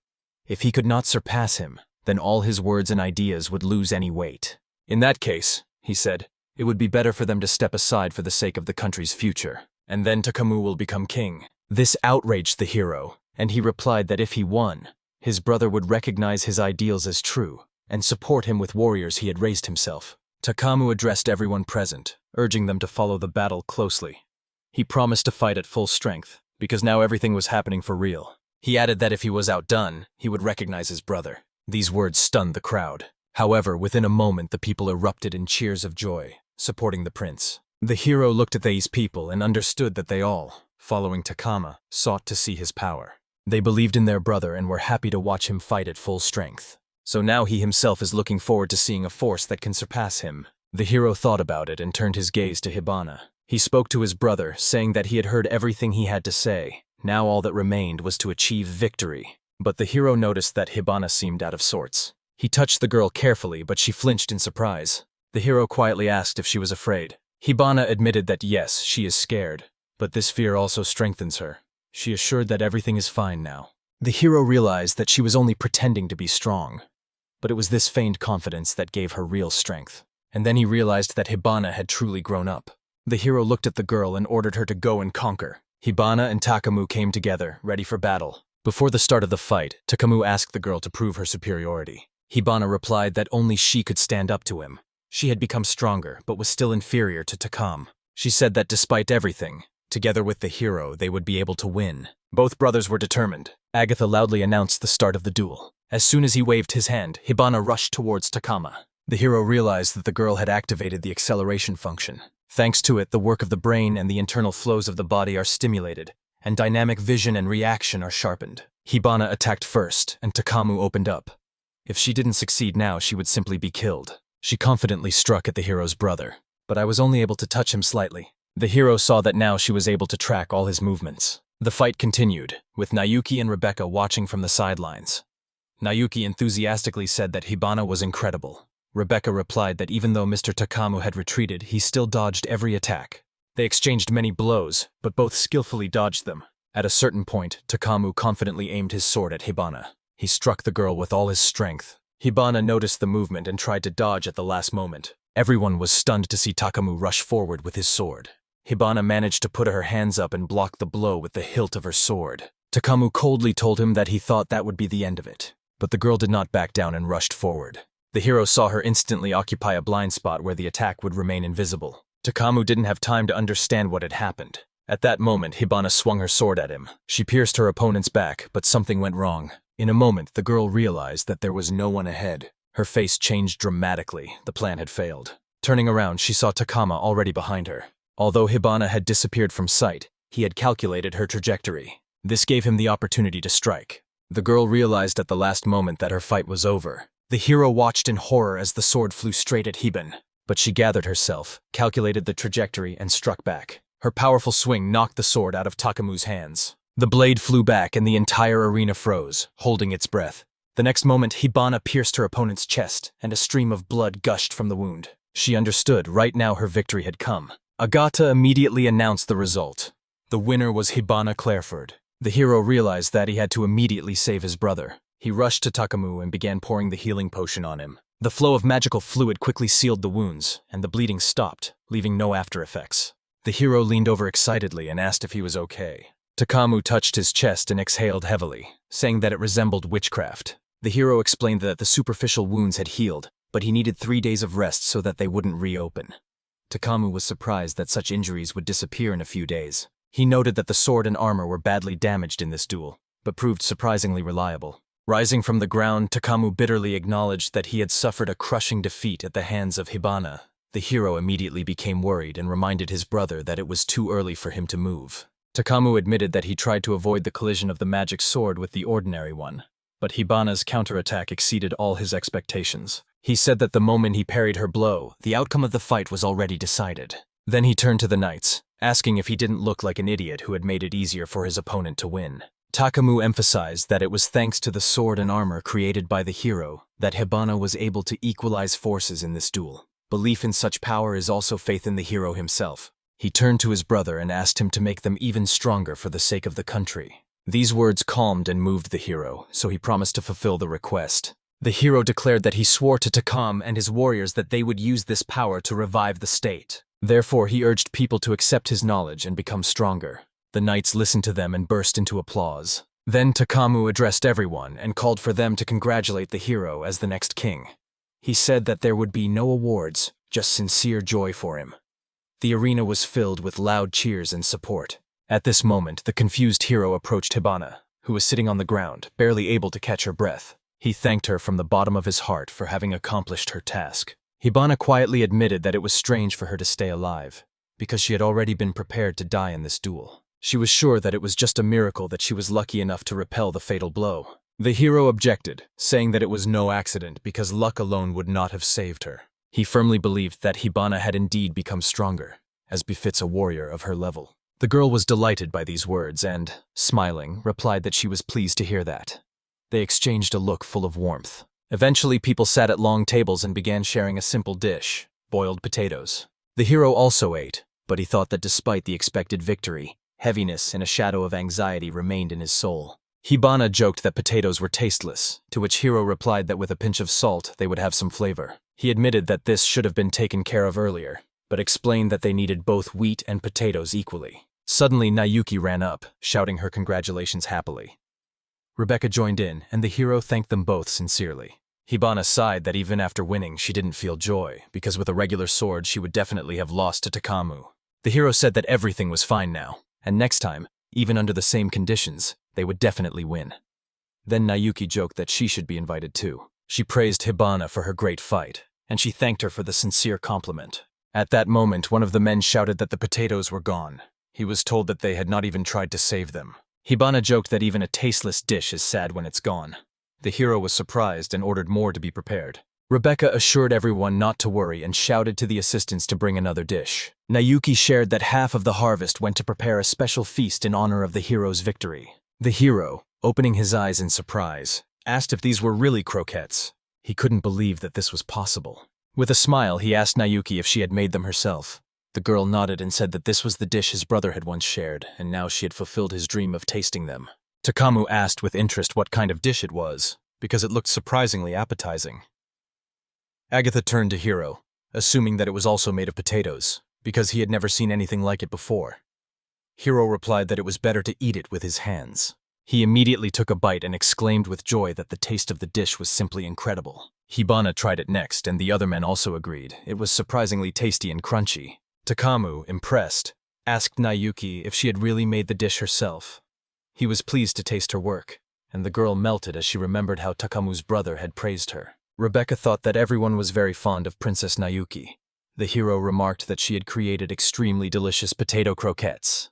The girl explained that when the hostess salted the goat meat, there was fat left over, which she collected and used with a pinch of salt. Nauki explained how she thoroughly mashed the potatoes, adding meat, milk, and salt, making the mixture soft and crumbly. She then used flour, eggs, and breadcrumbs to give the croquettes a crispy crust. The hero admitted that not everyone can make such a delicious dish from simple, second-rate ingredients, and thought that people would be delighted when they found out. Nauki added that she had fried in a cast-iron pan with a lot of fat. There were few such pots in the city, and to get that much fat, she had to use up a lot of goat meat. She remarked that without frying, the dish would be completely different. Rebecca supported her and said that even the king should not upset Princess Nauki. The hero replied that there was no problem with oil. It could be extracted from plants, but with iron, things were much more complicated. He thought about the fact that there are almost no mines in the country, which is why there is a catastrophic shortage of iron. However, now he was certain that he would have to take care of enriching himself with iron, because without it, it would be impossible to prepare for war. The easiest way is to import from neighboring countries, but if they encounter resistance and mass purchases are perceived as a threat, they will immediately begin to be considered enemies. The hero decided that in the event of war, the first thing to do was to establish a secret iron mine. At this time, Nauki gently asked her brother not to worry so much. Hero apologized and explained that he was just thinking about the iron problem. It had nothing to do with the dish itself. He promised Nauki that soon they would get enough iron, and then the people would have new cauldrons and sharp knives. The girl was sincerely delighted by these words. At this moment, Agatha exclaimed that the hero's thoughts now seemed too impractical and untimely. He reminded Hero that from today on he was the king not only formally, but also in fact, so he shouldn't upset people by even talking about it. Everyone raised their glasses, and the hero solemnly promised his older brother to keep his word. The celebration continued, laughter and conversation filling the hall. Agatha noted that Nauki impressed him no less than the others, because she was able to prepare such a complex dish. He added that the girl not only had a considerable amount of knowledge, but also turned out to be surprisingly expressive. At first glance, it was clear which of them was a real bookworm.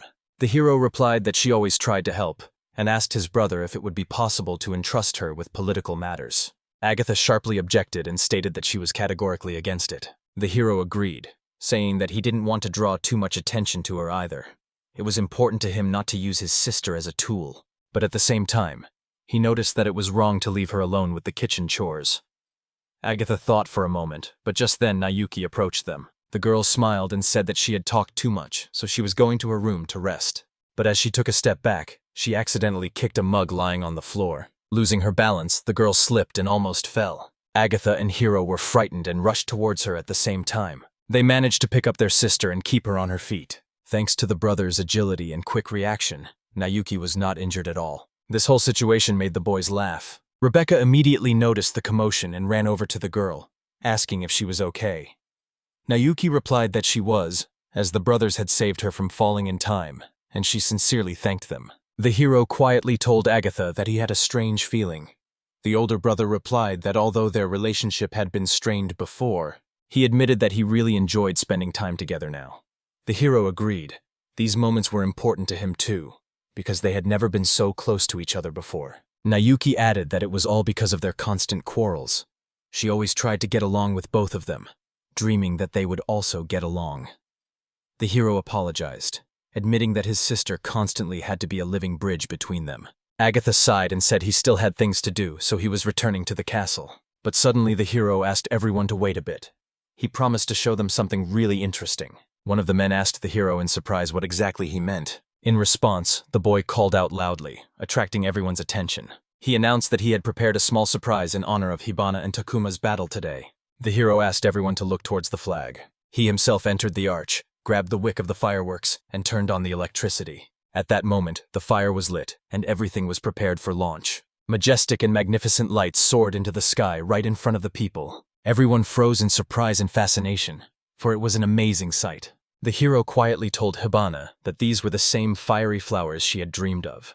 He asked her if she liked this miracle. Habana, holding her breath, admitted that it was incredibly beautiful. People did not understand what was happening, but the shining sky captivated them. Takumu asked in surprise if the hero really did all this. Agatha replied enthusiastically that he had never seen anything like it before.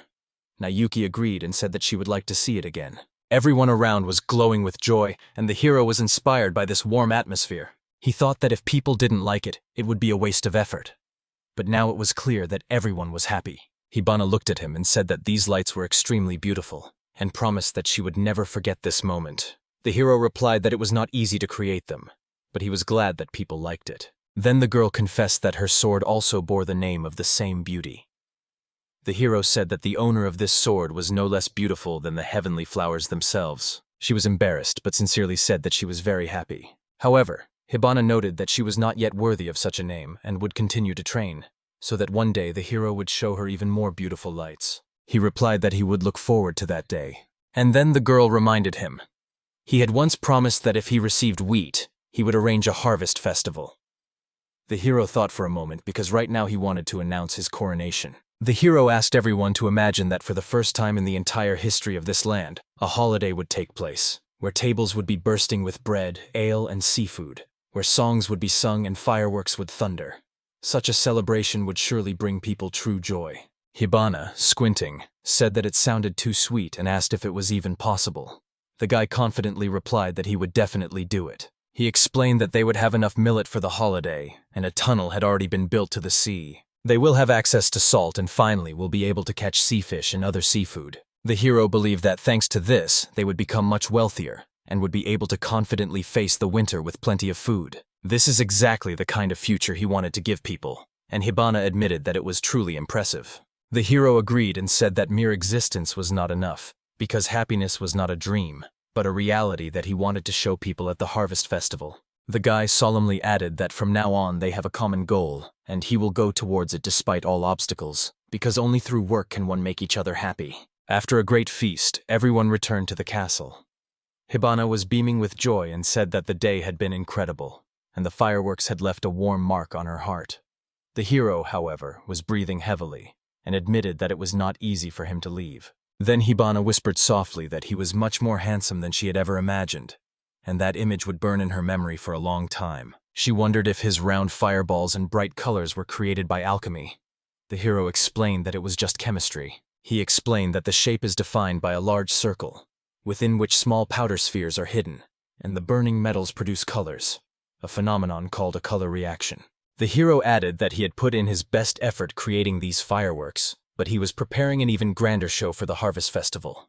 Habana enthusiastically said that it sounded wonderful. The guy noted that although it was possible to survive the winter, due to food shortages, the harvest festival had not been celebrated for over 20 years. Habana replied that everything would be fine now, and also promised to give her all to see his lights in the sky once again. The hero asked if the girl was still hungry. She laughed and admitted that she was, because she was always hungry, and Princess Nayuki's croquettes were incredible. Suddenly, the guy offered her a dessert, and this idea really surprised the girl. The hero took Habana to a research farm. The girl asked what could be done with wheat, but the boy replied that she was not the only one there, and invited her to go with him. Several huge greenhouses appeared before her eyes, and this discovery genuinely amazed Habana. The girl exclaimed in surprise that this building was simply incredible. The hero replied mysteriously that if she went inside, she would be even more surprised. They entered the greenhouse together, and Habana couldn't help but scream in delight as the huge fruits shone before her eyes. The hero explained to the girl that these were melons. She admitted that their sweet aroma made her dizzy. The guy said that it was a rare fruit from the Far East, which was extremely difficult to obtain because it was extremely expensive. Fortunately, he miraculously managed to obtain the seeds. Habana squinted suspiciously and wondered in what strange way he had done it. The girl immediately assumed that these fruits were extremely expensive, because even the aroma alone made her salivate. It was the first time in her life that she had smelled such a sweet smell. This made the hero laugh, and Habana said with a serious look that sweets in their land were not something you could afford every day. She said she wanted to try a melon as soon as possible and asked if she could choose one. The guy nodded, and then the girl chose the largest one. Habana was surprised to notice that there was no soil in the field, and yet the fruit was growing. The hero explained that it was called hydroponics. He explained that most of the growing was done with water and fertilizer.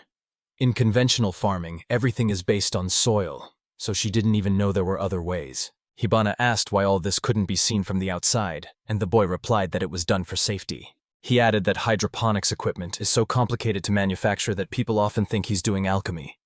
However, there's actually a whole system of mechanisms at work here, and the girl wondered how the hero sometimes gets lost in his own thoughts.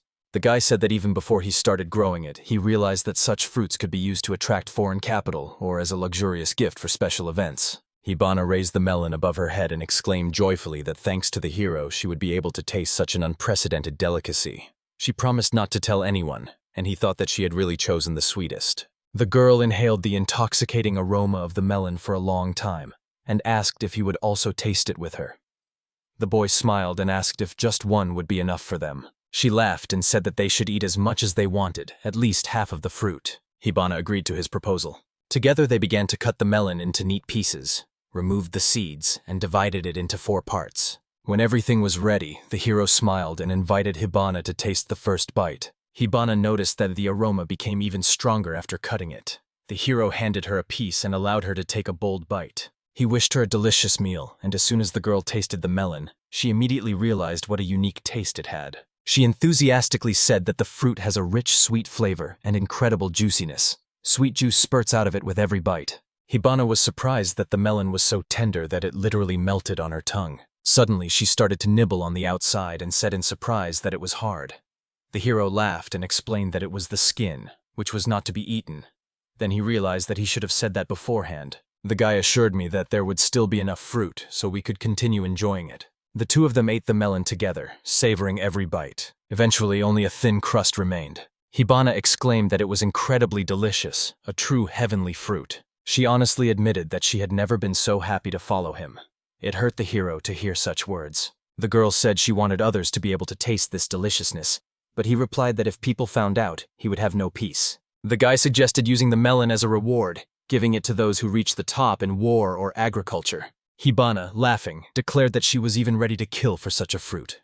The hero asked her not to joke like that anymore. She said again that for her it was truly an incredible pleasure, because it was the first time she had tasted something like this in her life. Today she experienced the two greatest treasures of human life, the beauty and the taste of an unprecedented meal. The hero replied that sometimes it was possible to repay her with such a gift. He promised to give her a melon as a reward, and she said that then she would try even harder. Suddenly the girl caught another strange smell. She looked around and said that there was another pleasant aroma coming from there, which did not resemble melon at all. The hero smiled and asked if she had smelled it yet. The guy explained that there was actually something special hidden there. He invited her to come closer and said that now was the time to open and taste this miracle. Habana leaned over the barrel, inhaled the aroma, and exclaimed in surprise that it smelled very pleasant. She asked what kind of wine it was, and the hero explained that it was a melon tincture. He added that he had grown so many fruits that he couldn't eat them himself, and it was a shame to waste the rest on fertilizer, so he decided to try making a drink out of them. The girl couldn't believe it and asked if he really wanted to throw away such a delicious thing. The hero replied that although it was incredible, he couldn't show it to people yet. Habana sighed, saying that she understood, but she was still very sorry. The hero thought that the melon had taken a liking to her. He said that the tincture could be stored in the cellar for years, and when he was convinced of its taste, he could then open it to everyone. Habana agreed and quietly replied that she would wait for that day. Then she asked if she could try it now. The hero did not refuse. He warned her that if she didn't like the drink, she didn't have to drink it, as he had customized it to her own taste. Habana smiled and said she would try a little. But as soon as she took a sip, her eyes widened and she exclaimed that it was wonderful. The taste was rich, melon-like, and very pleasant. The hero explained that for the tincture, the melon had to be crushed and left to ferment.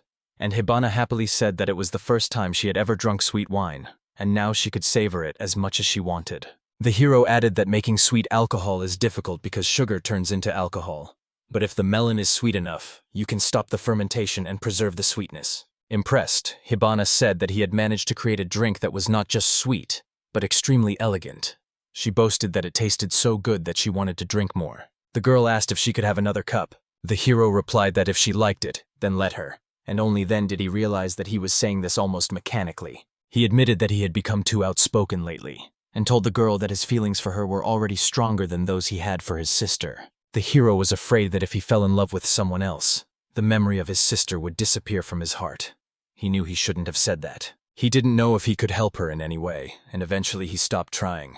The hero said that when the ground slips from under his feet, he stops believing in himself, and admitted that he had already betrayed the trust of those who relied on him. Maybe they should run away together and finally figure out their own feelings. He thought bitterly that he was too weak. Habana remained silent, and the hero clenched his fists and felt that he had said something disgusting.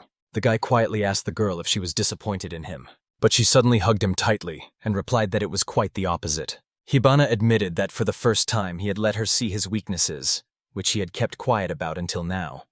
She said it was unfair. The guy apologized and sighed in relief that she didn't hate him. He called himself a terrible egoist, but it was thanks to Habana that he realized what he had to do: revive the country and return Princess Miley. Habana asked him to give her a chance to be by her side in this matter.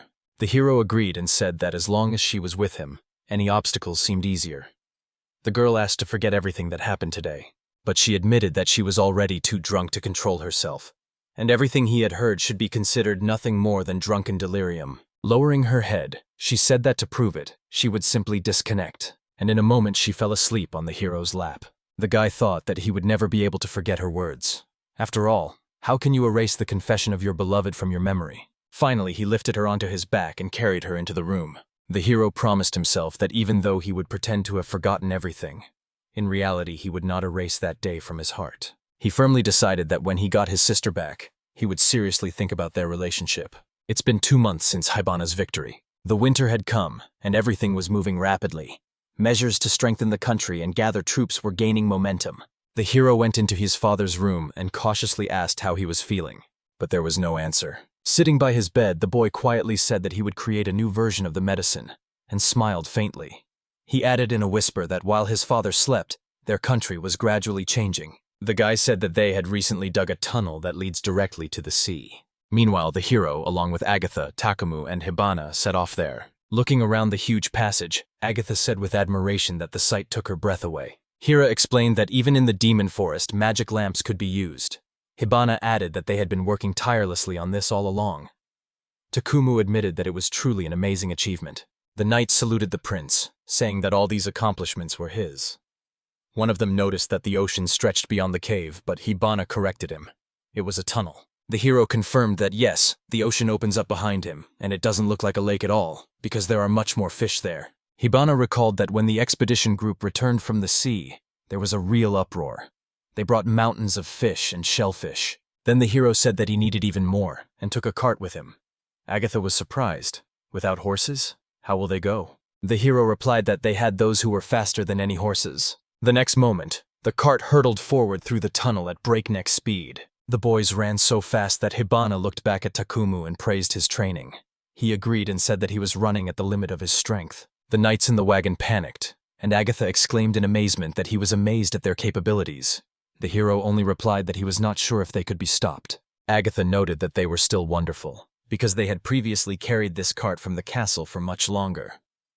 Hira nodded to his brother and said that he knew he would appreciate it. The young men noticed that the cart did not shake at all. The wheels moved silently, and there was no loss of power. The hero added that the road in the tunnel is perfect, especially if you install tires.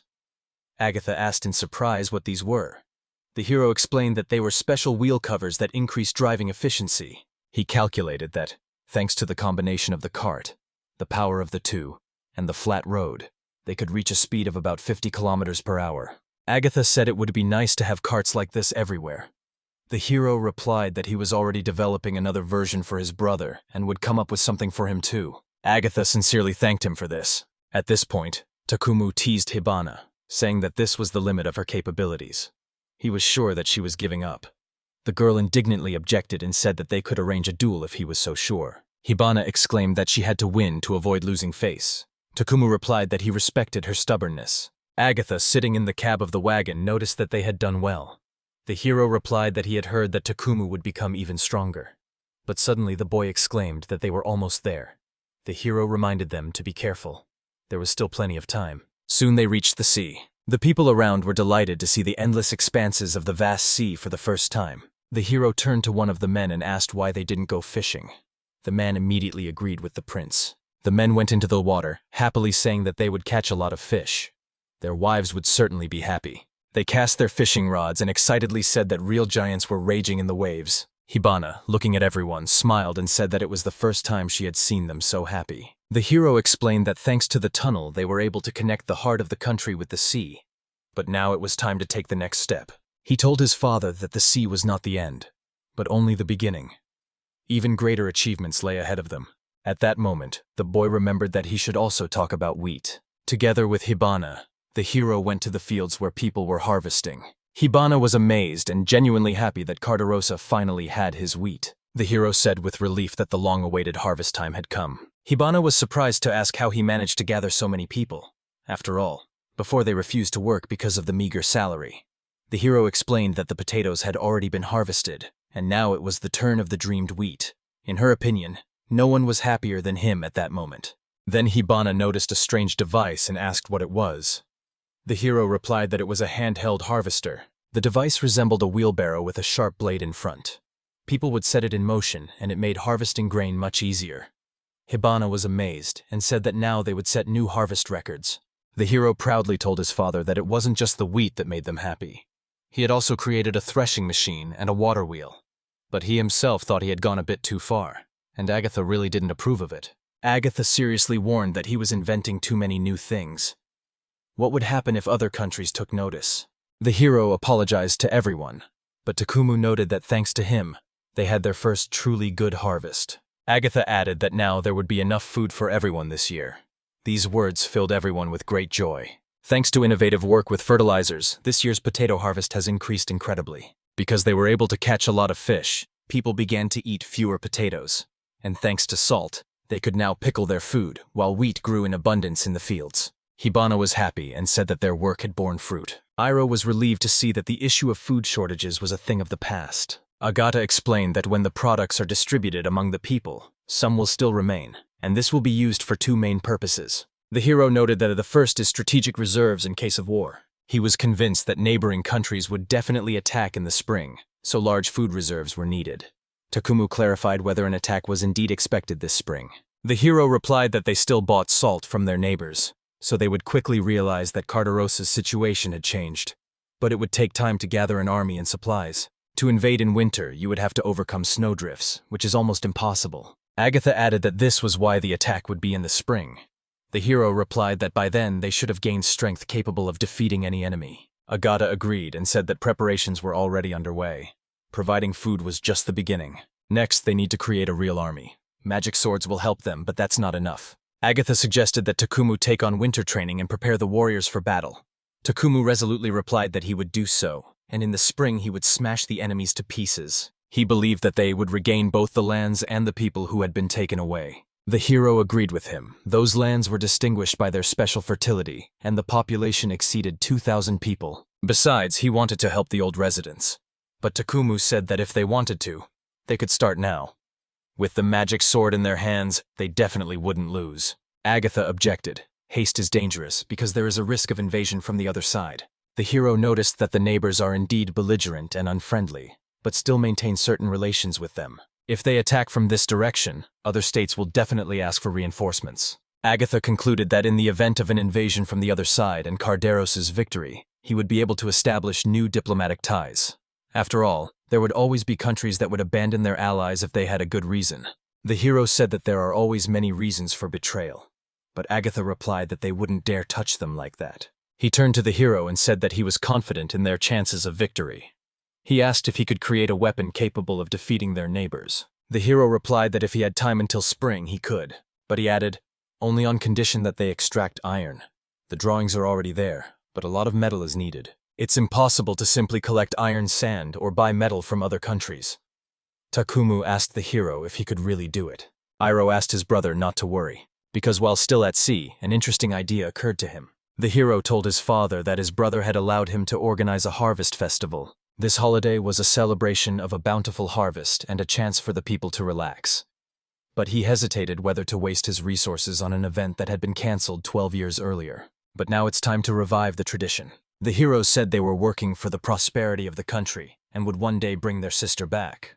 The boy promised that when his father woke up, he would see it for himself. The hero stood up and said that it was time for him to take care of state affairs. On this day, he personally supervised royal duties. Meanwhile, a grand celebration was already in full swing in the city. From the carriage window, the hero saw people having fun. Habana added that his speech would make this holiday even brighter. Suddenly, the people noticed the prince and his knight approaching. The crowd erupted in cheers of gratitude for him saving the country. People shouted that salt was the best thing he had ever done. They never expected to taste white bread again. The crowd began to call the hero Prince of Salt, and he was confused by such a title. Habana said that he was loved for bringing back the salt. Takumu urged people to be proud of the fact that he had brought back smiles to the people. Agatha concluded that the love of the people was the best medicine for the country. But for some reason, everyone began to call him the Prince of Salt and Wheat, and the hero did not understand this at all. The people exclaimed that they missed Prince Hero and thanked him for the wheat. Then the hero was surprised to admit that now he really had a nickname.